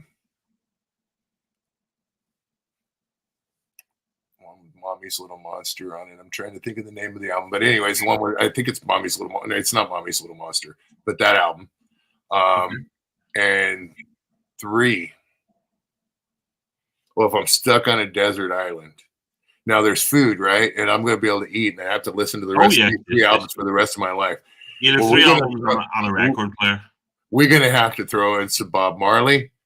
Any of the albums would be fine because, you know, if you're on an island and you're going to be drinking, sipping out of coconuts or pineapples. Right. So, yeah. No, I would say Scorpions, Social Distortion, maybe some Suicidal Tendencies, something like that. But, yeah. So you mentioned Suicidal Tendencies. I actually missed up. I passed up the opportunity to see them at Download 2010 because they were on at the same time as Aerosmith. Oh, yeah. Graham would off see Suicidal Tendencies and I wanted to see Aerosmith. It wasn't a massive fan, just wanted to, you know, they're a big band and I knew a lot of their stuff. I'll watch them, and it turned out to be they were rubbish. Could they change that back one up, even though it's along this line of Suicidal Tendencies, more of Infectious Grooves? What one? Infectious Grooves instead of Suicidal, which is still kind of Suicidal Tendencies. Okay. So. Right. Okay. I wasn't expecting any of those picks, to be honest. You're the first person who hasn't put Metallica on the list. Nearly everybody's. Metallica is good, but I mean, Scorpions is my all-time favorite, and a lot of people. That's why I said you're probably going to laugh at me. And you know, as far as old school heavy metal, and then you know, like Blackout of Arizona. You know, look at all those songs on the Blackout album that are just awesome. You know what I mean? You know, Blackout, of course. And then Social Distortion, you could just sit and listen to over and over and over again. To me, it's good music. And then when I got to do something, you got to have something somewhat real going, like some Suicidal or some Infectious Grooves. Because dang, I got to build a house out of them damn palm trees. You know? So Bob Marley loses out the Suicidal Tendencies then? Yeah, he'd have to. I'm sorry, Bob. This isn't going to be that kind of island. I'm a Bob Marley fan, and as much as I've got his greatest hits, but that's about the height of it. Yeah, I do like some good Bob Marley. Yeah, the greatest hits, the double CD. Oh, I'm not even sure which one, but I say that about a lot of bands. You know, it's like I like Aerosmith, but I'm a greatest hits fan. I have all their albums and you know, listen to them incessantly. You know, so that's why I say when I'm a fan of certain bands, I'm a greatest hits fan. I'm not a fan the way they have Zeppelin or Floyd or whatever. You know what I mean? So the way maybe some people are with the Beatles and having know every album, you know. So that's what I mean by a greatest hit. You know. If he's on, I like him, but I wouldn't go in way to listen to him, if you know what I mean. So yeah, but that's all, you know. So yeah. So that's what I'm saying, Joey. That's what I'm like. If he's on, I'll go, yeah, it's Bob Marley. A couple of songs is cool, but I wouldn't be going out of my way to, you know. So okay. So question 17 then. Have you always made friends easily? And is it getting harder as you get older? It is what it is. Is the way I look at it. You know, I don't need a lot of friends. I need good friends. You know, so just as hard as it is for me to pick a good friend, it should be just as hard for that friend to pick me. You see what I'm saying? It's Absolutely. An acquired taste. Is the way I look at it. You know, you take people for who they are. And you either accept them or you don't, and you take them for their faults just as much as you take them for their good points. You know. Yeah. No, I agree completely. I don't make friends easily. Yeah. You know, I despise nearly everybody in the whole world. I'm not a people person. I look at it like this. It's easy to make a friend. It's hard to keep one. And the thing is what I mean by that is not in a bad way, like you burn bridges, is, everybody, you meet everybody and you're nice to everybody, but that doesn't mean that you're going to like them. That doesn't mean that you're going to be their friend. That doesn't mean that you have to be their friend. And if I don't like you, I don't like you. Does that make sense? Well, yes, I understand the words. I don't agree with the sentiment, because I don't necessarily agree with being nice to everybody, when you meet them and stuff. Well, until they give you a reason not to be. Well, that's it. I just think. Yeah, loyal friend. There you go. I've said this to some of the. I've made some good friends through YouTube. You know what I mean? And I. But there's also lots of people don't like me. That's fine. I don't give a fuck. I really don't. There's people that I like and I respect a lot, and I desperately try not to offend my friends. We joke and we poke each other hard and stuff. But yeah, there's certain lines you go and you don't cross. Yeah, and I see you said it there. I've used the phrase acquired taste. I'm absolutely an acquired taste. People that think of past, I'm not Mr. Happy Smiley. You have to get to know me, and then if you get to know me and you like me, that's fine. Then you'll really like me. But if you don't, it'll be like, that's fine. Thank go about your business and let's move on. Yeah, I try to be who I am, and if you don't like me because of it, well, there's nothing I can really do about it. If I consider if it means something to me, then maybe I'll consider changing some of my ways, because I consider you valuable to me as a friend, not valuable as in beneficial in any reason except for heart. Does that make sense? Yeah. Some people have driven me nuts that are very good friends of mine, and they drive me nuts, but I'll die for them. You know what I mean? There's nothing I wouldn't do for them. So it's weird. Like I'd be honest, in real life, I wouldn't be able to just for argument's sake, if our group here from the chat was in a pub, I wouldn't be able to just walk in and sit and go, how's it going, and sit and make small talk. I'd go to the bar and I'd sit on my own and order a drink. And if somebody stood beside me at the bar and said hello, I'd talk to them, but I wouldn't know what to say, and I wouldn't know, I'm not good with people. I'm not good with meeting people. And I've said this a lot. This is where JV has to take loads of, it's JV's fault that I'm doing this sort of shit, because JV and that. And it was just in their chat, and I always said this. I got to know JV and you and Blake and Thrash and all through the chat on his channel before I ever joined the group, as it were. And that made me, yes, I had to get over that sort of shock of being on camera and people being able to see me and stuff. But I was comfortable because I knew people so much, because I'd been involved for months beforehand. Yeah. And then because of my friendship with you and JV and Squirrel and Blake and all the rest of it, it makes it easier for me to join a new group and speak to people in, so but in the real world, I'm mustard with people. It's just difficult for me. Yeah, to me, my good friends, I count them on one hand, maybe two. You know what I mean? And what I mean by my good friends is, no, not even one hand. And what I mean by that is like Luch, my buddy Steve, a couple of my brothers, stuff like that. And the thing is it's not that I don't consider everybody else friends, but you never know, like, especially here on YouTube, you never know until you meet the person. It could be the same way with me. People could be like, oh, bullshit this, bullshit that. I don't care, but you be who you are. And that doesn't mean that everybody is like that. And you take it for what you see it anywhere you at, whether it's on here or on there. But when you're in person with somebody, it's a lot easier to figure out whether or not you're going to get along with it. Well, yeah, absolutely. But that comes down to if the person's being false on the camera. And I go back to, I refer to my earlier answer. Joey was exactly the same person. Yeah. I'm the same person. I try to be the same person. I can't speak for it. I hope people see me the same. I've now met Joey and Laz, and I think I was the same person face to face as I am on camera. Yeah. But from my point of view, it helps that I don't give a fuck.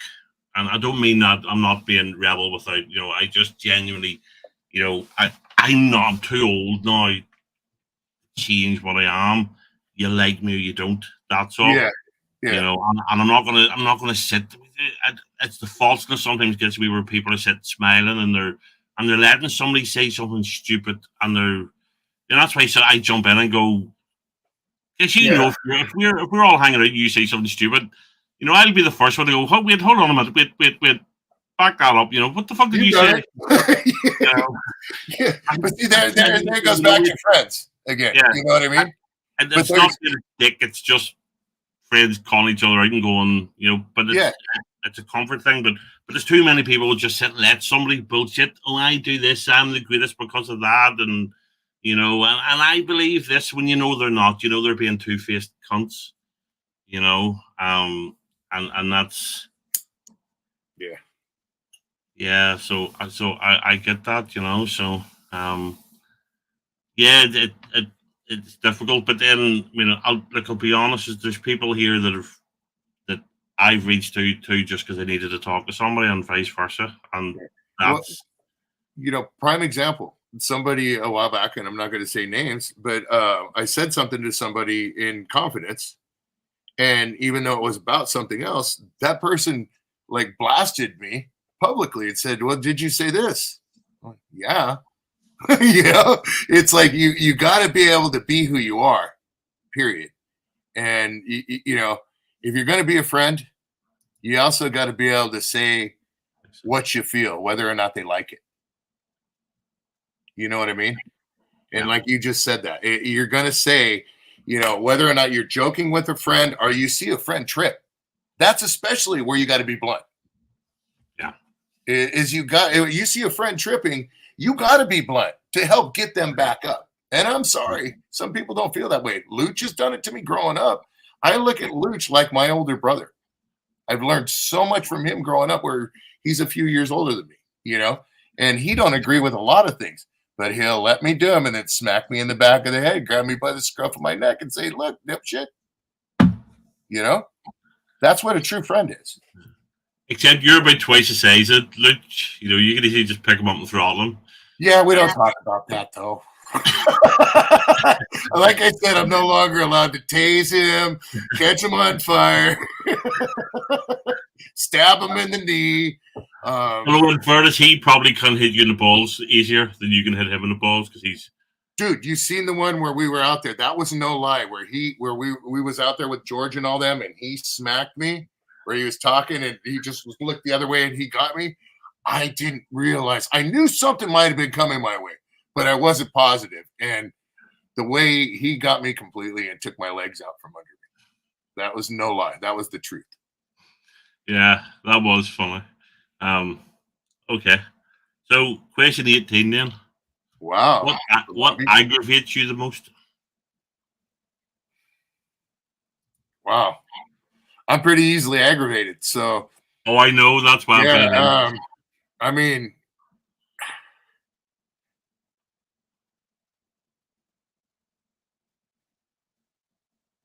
frogginess, I guess. Personally, if somebody got an issue and they jump up in my face and they don't do something about it, then I'm through the roof, my aggravation.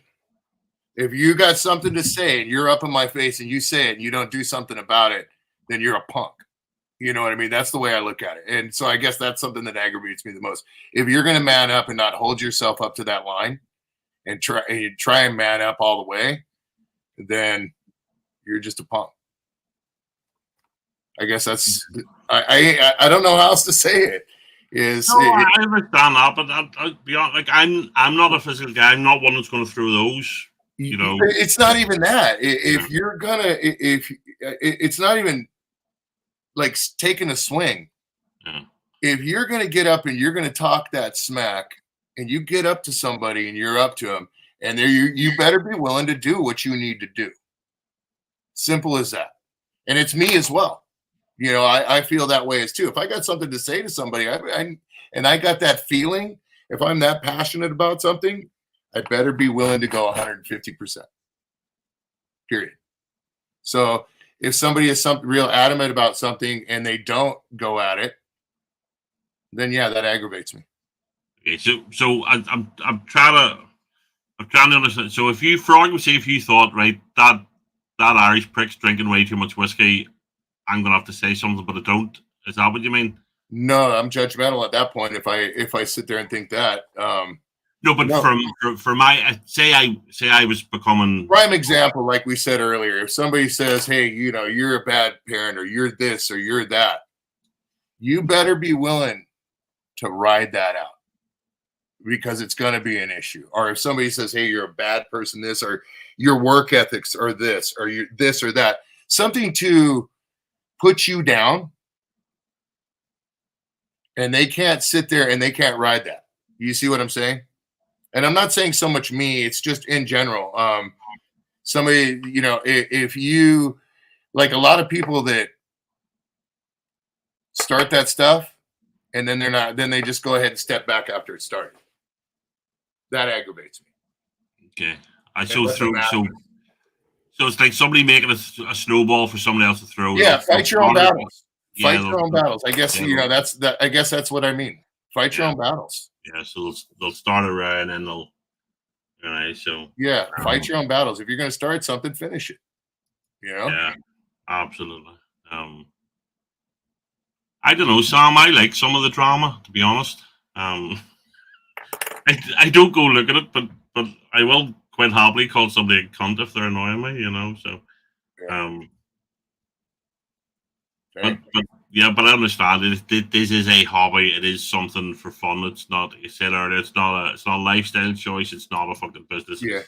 And I guess that's more personally. I wasn't looking at it from a YouTube aspect. I'm just commenting. I'm looking at that in real life. If you're going to do something, attack it and go at it, no matter what it is. And if you're a punk and you walk away from it, I guess that's what. So nearly there then. So question 19. What is your favorite conspiracy theory? Now, remember, it doesn't have to be true. You don't have to believe it. What's your favorite theory? What do you mean by that? So, some people believe, for argument's sake, that the Earth's flat. That could be your favorite conspiracy theory, even though you don't believe. Oh, Middle Earth. Middle Earth. Okay. I guess all that stuff. The lizard people. All that stuff, like David Icke. Right, okay. Yeah, that is, to me, I don't believe it. You know what I mean? Like Icke, the way he looks at it. Yeah, I don't. Yeah, Icke, Ike, whatever. Okay. Yeah. You used to play football. Yeah, like we were talking about, you know, the aliens earlier. And that side I believe, but all the other stuff of they're inside the middle of the earth and all that. Yeah, I believe there's been contact, but I don't believe they're all in the middle of the earth. Yeah. See, that's a really weird one. Joey mentioned it earlier. I started to hear people talking about. I'd never heard it until a couple of weeks ago, and it's sort of my new favorite one. Is the fact that the aliens populated the Earth and they implanted the Anunnaki. Well, I don't know, but the desire for in gold in us, so as they can harvest the gold or harvest us. It's the Anunnaki. Weirdest one, you know. Are the Scientologists? No, there is that, you know. But I'll be honest, my favorite conspiracy still is the people that think the moon landings didn't happen. You know, it really many people. Yeah. That don't believe we actually went to the moon. You know, and it's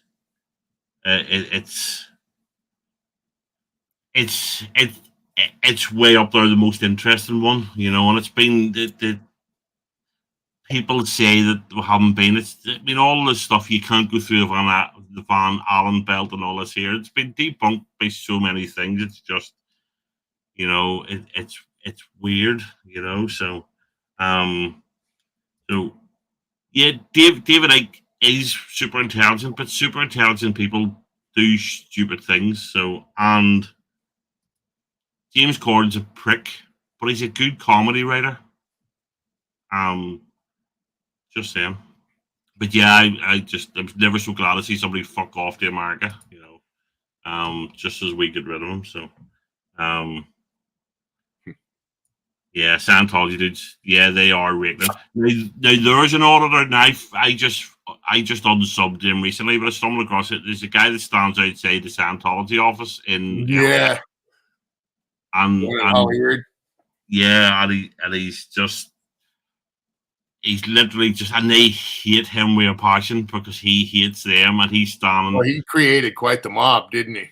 Yeah, it's not even that. Every time they're trying to get somebody in, and he's learned all the Spanish for how to. Es un secta. Yeah, cool. Just to try and get. Cause I noticed in some of the early ones, there was people helping him. People, were translating into the Spanish form because now he's got a whole mob of people out there. Yeah, Scientology on it. Yeah, it's just fantastic, So,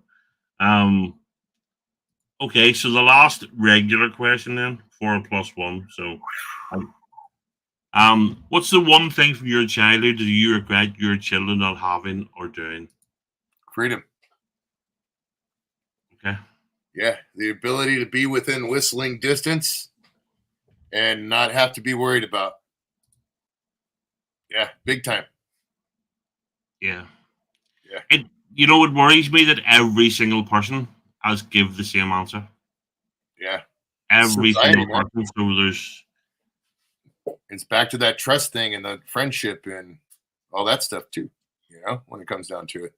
Yeah, we just I don't know why we've come so far so quickly, because I'm an old man, but it doesn't seem like that long ago we were able to run about the streets without worrying about, I don't mean to drag, but I grew up in the middle of the Troubles. You know what I mean? People were being murdered just for being Protestant or Catholic.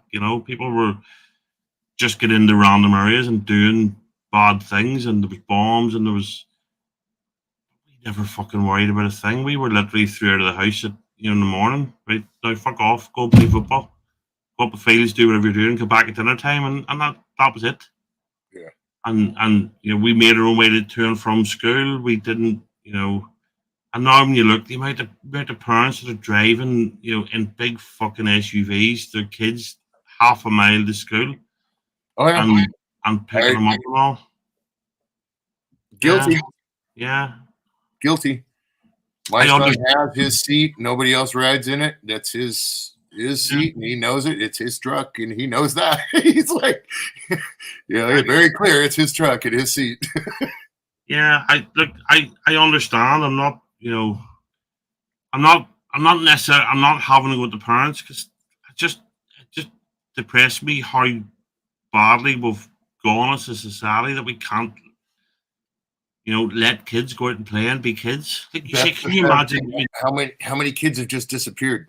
How many kids have just? It's not so much. We worried more about our kids hurting ourselves. Our parents worried more about us hurting ourselves. Yeah. Than something happening, like somebody taking us or this or that. Nowadays I am scared shitless of letting my kids out in front. I'm scared to come out the door and they're gone. You know what I mean? And that's the thing. You have to be that helicopter parent when they're not in a safe place, But you probably remember as a kid, very young, you'd have fallen over, you scraped your knee, you'd run in crying to the house. What did your mom do? She'd Dude, no, my dad would look at me and laugh and grab a hold of me and go, "What's going on?" and take the alcohol and go, get your ass out there. I'm like, exactly. We're now the right. We'll go to casualty. We'll get them a tetanus shot. We'll put cotton wool all over them in case they fall over on the way home, and it's. But I get it, because I remember. when I used to work in one of our branches, there was a guy in, and I used to work with his dad, but he was in, and he says, Trevor, look, we need some stuff. We're putting a swing in the back garden, and, you know, we want to get this, you can get this special bark. It's not even just bark, it's this special soft bark in case they fall off the swing that will hurt themselves. And I says, bollocks, put concrete down. And the wife looked at me. She says, what do you mean? I said, put concrete down, because what's going to happen? They're going to fall off once. So what are they going to do? They're going to learn not to fall off the swing. And Johnny looked at me and he went, I told you that's what you're supposed to do. The kids learn, you know, they hurt themselves, they learn not to do something that hurts them. And the two of them argued in the shop, you know, and it just made me laugh. I kind of gets that one too, man. Dental bills and you know, broken bones and no, I understand that, but yeah, at the same time, I remember as a kid, I watched something down our lane. We had an old glass fronted, you know, coal fire in the house, and it heated the whole house. Not very well, but that's what it was. And I remember as a kid, just I don't even, you know, just doing stupid stuff as a kid, marching up and down. And my knee touched the glass in the front of the thing, and it burned like a fucker. And I got this big mad blood blister. I mean, in my memory, it was about this size, you know, but it was probably, you know, wee tiny. But what did I not do again? Walk into the glass fronted fire, you know. That's the thing, you know. So, yeah. See, the one thing I remember when we were kids was at the playgrounds was the playground equipment. One thing I don't know if anybody else in the channel, maybe you probably don't remember this. This may have been just an American thing, but a lot of playgrounds had the rocket ship, and it was a upright standing rocket that had a few levels that you climbed up in a ladder, and it had a slide that went like that. Okay, well, we had stuff like that, but yeah. But you know, the worst thing was really wanting to get in that thing in the middle of the summer, climbing all the way up there, and all kinds of other kids climbing up behind you.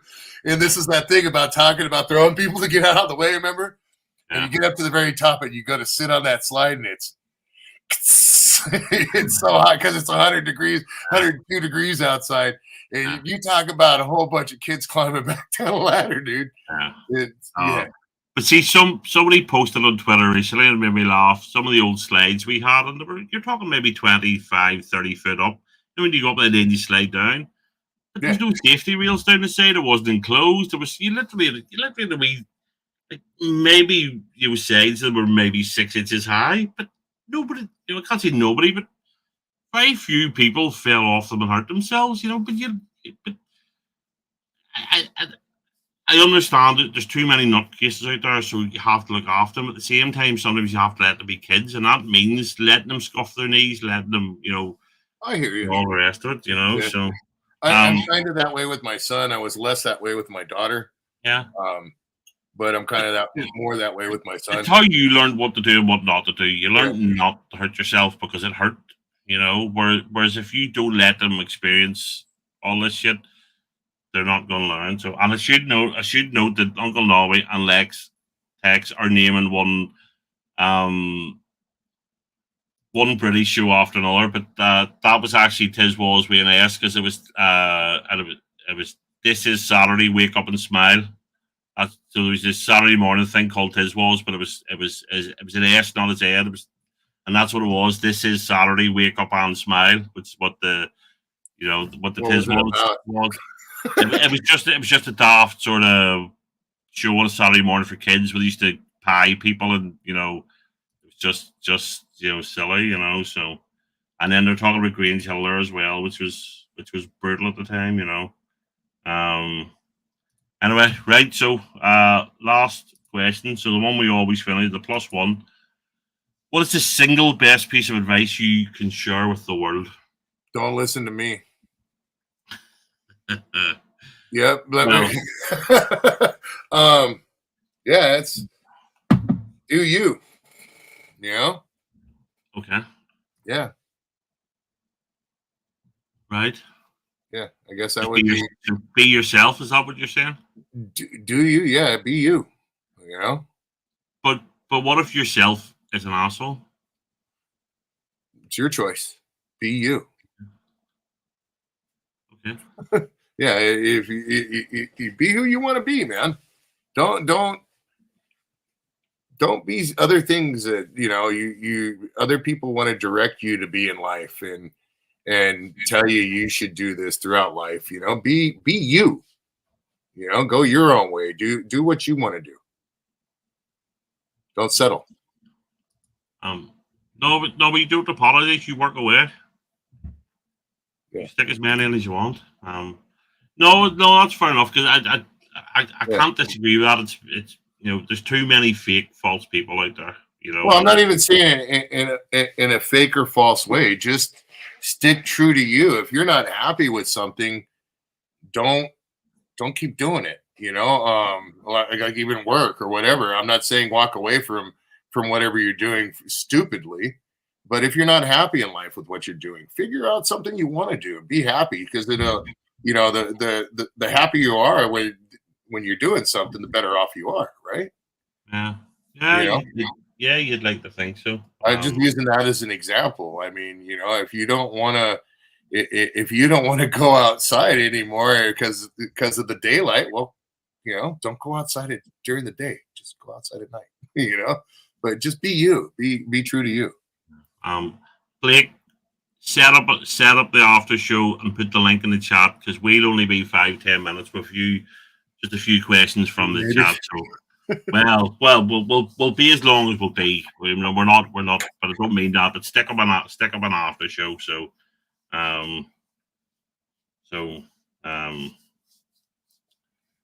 yeah. But right, okay. So we always, the last thing I ask then is, and it's not really a question, but is there one thing you want to ask me? What have you learned so far doing all this and stuff? Has it benefited you as a person? With just looking back and how has this enlightened you on your train of thought, your as it affected you in any matters in your life, on your way of thinking, your way of looking at things, your aspect? This 20 questions thing or YouTube? The 20 question things with all your friends and everything, with the things that you've learned about them, from them, through them. Has that changed anything personally for you? Any outlooks, any outtakes, any ways you maybe look and go, hey, maybe I should kind of look at it that way? I'm not sure.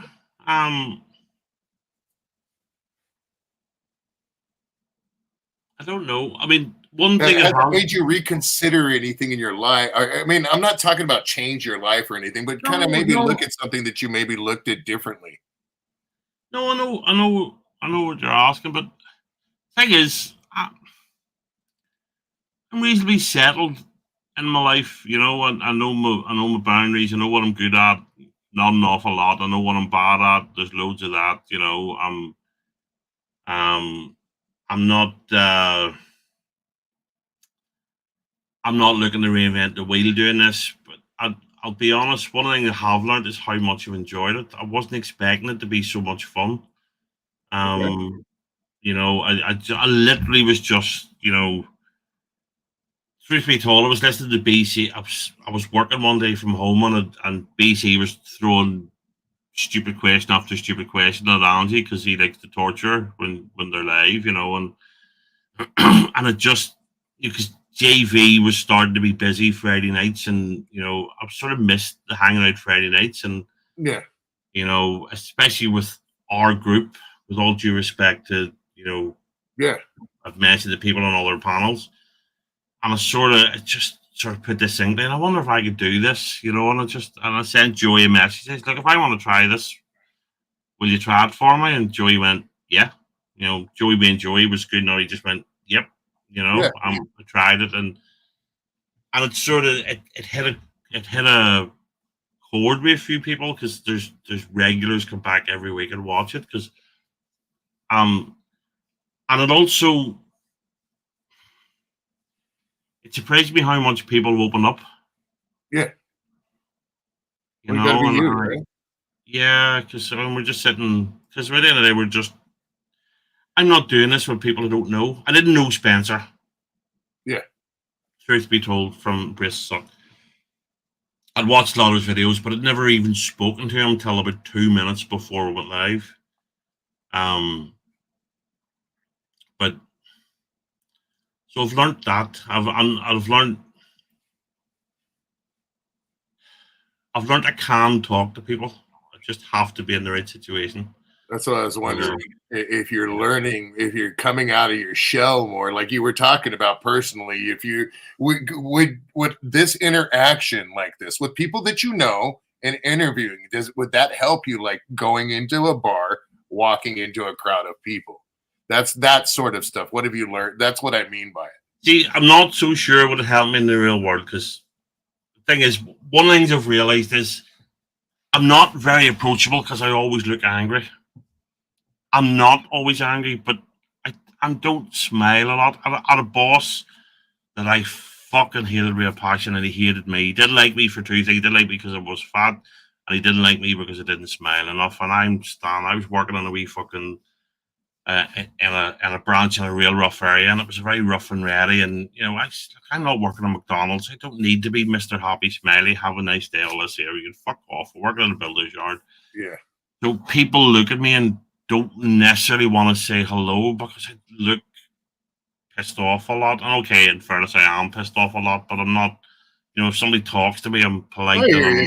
You know, and if somebody talks to me, I'll talk to them. You know, but people Mr. don't Personality. well, that's it. You know what I mean? Like I say, I'm an acquired taste, and because I'm an acquired taste, it makes it hard for me to get to like people and people to get to like me.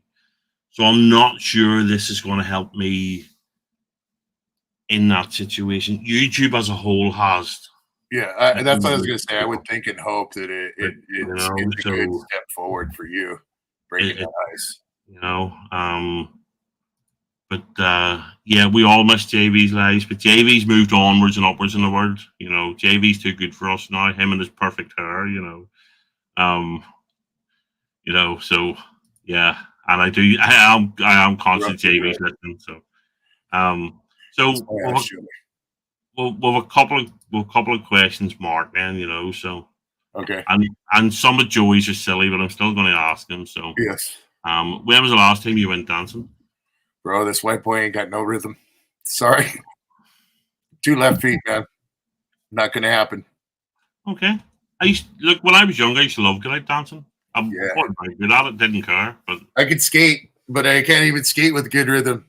Like, I could skate pretty good, and I could kind of do it, but not like Luch. I got no rhythm. Sorry, I'll admit it.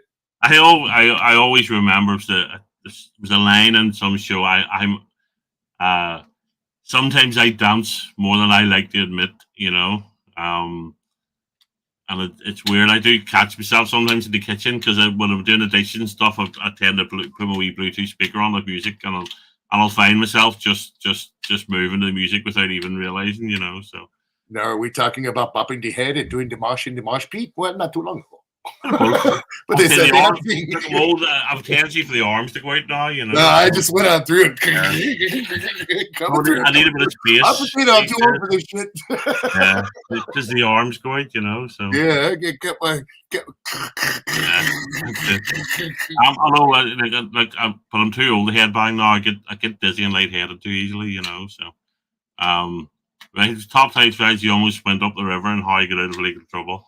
Dude, I've only been in trouble. Just give us one that you very nearly got in bother. I've only been in trouble for goofing around on motorcycles, man. That's it. One time I beat somebody up, but it ended up being mutual combat. I'm good. Mutual combat's a weird term. It is. It really is. It only became relevant recently when the police didn't want to or DAs didn't want to prosecute somebody for standing in the street shooting each other, and they went, yeah, that's mutual combat. And you're looking at it going, it's been one of those times of, hey, you want to go to jail for this? No. Okay, you want to press charges. Okay, I want to press charges. And they go over here. You want to go? You're gonna go and sell? No, mutual combat. Bye. Yeah, I know. It just seems weird. Right. So a proper question then from Miss Piggy. How do you compensate when you can't have the thrill from speed? Oh, that's been so far gone. The going. Are you talking about the other stuff, or are you talking about? I think she's talking about the 170-mile-an-hour speed. Yeah. There's really. I mean, I just have fun. I goof around. I enjoy my friends. I enjoy my kids. It's all a rush. Getting up in the morning. Yep. Yeah. Fair enough. Okay, and another one from Miss Peggy. So we mentioned lizard people earlier. So, okay, how do you like your governor? That'll be the lizard person. Well, let me tell you about my governor. What we do with our governors is we take them out of the engine as soon as possible, so we don't have to worry about those little governors getting in the way. Now, what I think about Mr. Newsom, I'm not going to call him my governor. I think we're going to sooner or later get another one, and it ain't going to make a difference, to be honest with you. But yeah, I think he sucks. Yeah, I think he has made a real difference to California, none of it positive. I think he's a slimy, creepy, fucking smarmy cunt.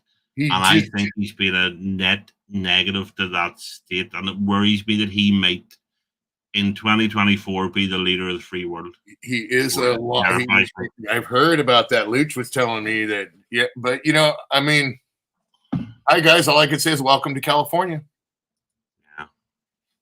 Neener. You may not like the way it's going on here, but it could be going on everywhere there. So yeah, it's just it's a scary one, So, yeah, I think she'd run for governor. No, run for mayor. Look, Luch can be the governor. Look, if that idiot can be the mayor, anybody can be the mayor. So, okay. California. What's the biggest animal you've ever accidentally run over? I've only run over a cat once, and it freaked me out. It was nasty, and yeah, it made me sick. See, this isn't a popular opinion. I love animals and I hate people. Yeah, I'd rather run over a person than a cat or a dog. I tried my hardest to avoid it. Tried my hardest. Yeah, it's just okay. Are you Latina? Well, no, my wife is Latina, but if I was Mexican, I would be Latino. But no, I'm not. I'm Italian and Irish. But you're a big fan of the Latina culture. You can tell. Well, yeah, I grew up around the culture, and I've embraced it because I've seen, there's a lot of things that I respect about the Latin culture, dude, about the Mexican culture, the family for one, the loyalty, yeah, the ride or die. And let's not forget the hot Latina women, because that's what and the food is freaking phenomenal. Yeah. Look, I mean, come on, meow. That's 100% comida de nona. Yeah, because I don't know if you remember, because when you tried it with JV's one night and your wife was on camera and everybody went, she's way too good for him. Everybody went straight away. How the fuck did he get her? Love and respect and treating her like the lady that she is, man. Yeah. I still open the door for my wife, bro. I do. I do all that stuff. I mean, I'm proud to have her on my arm, and her as well. She feels the same way. Oh, Thank you guys. Thank you, Samantha. I firmly believe in manners. I say please and thank you. I hold doors for people. I everything about it I try and do. So yeah. And I firmly believe it's, because I was thinking about it. So I finished work today, I went to the gym, and we kids run about the changing room making an absolute fucking racket. And I'm just thinking, I really want to go over and punch your dad, because my dad, if I was running about screaming, would have slapped the legs of me in front of everybody, And I just think manners is just, we need to get basic manners back, So. Well, there's certain things that you have to have. Yeah. Well, believe it or not, I am that way. No, what? Look, we've seen it. We know it. So, money costs nothing. Absolutely correct. So, for sure. Yeah. See, you were talking about aliens, so Joey wants to know if you've been probed. Twice on Sundays. Okay. Miss Piggy wants to know, are you a God-fearing man? I think you've answered that, but yeah, absolutely. Yep. Okay. So, go back to this one. Did meth increase your sex drive? I didn't pay attention. There's never been that sort of issue, so. Okay. Don't know. Refer back to the Latino women. Yeah. Okay. So Kirsty wants to know what your favorite cheese is. Favorite cheese? Sharp cheddar or spicy cheddar. You're definitely gonna have to come over here. We have Coleraine cheddar, which I firmly believe is the best cheese in the world. I love cheddar. Yeah, and it's but a good cheddar, like you got to have that taste. There's a certain cheddar taste. You got to have it. Yeah, absolutely. So, what's your favorite ATV, Jeremy? Out of stuff that I've had, well, not necessarily. I would say my daughter's the one that we got. The one that I got her, the mid-size one, the little 125, because it's just fast enough. It maybe does like 40 miles an hour, but it's light enough to throw around, and you can slide around on it, and you can jump it, and it's just really a fun little quad because it's so small and light. But yeah, I got one that we're actually putting together on Sunday. It's a 200, but those are pretty cool too. Cool. So, last question is from JB. Hell yeah, Lex. What's a perfect day for Dorito? Like I said, wake up in the morning. Okay, everything's there. I'm good to go. I get up, go to work, come home, have a quesadilla, take a little tiny nap, get up from that nap, go pick up my awesome son, come home, hang out with him for a little bit, and do what I got to do.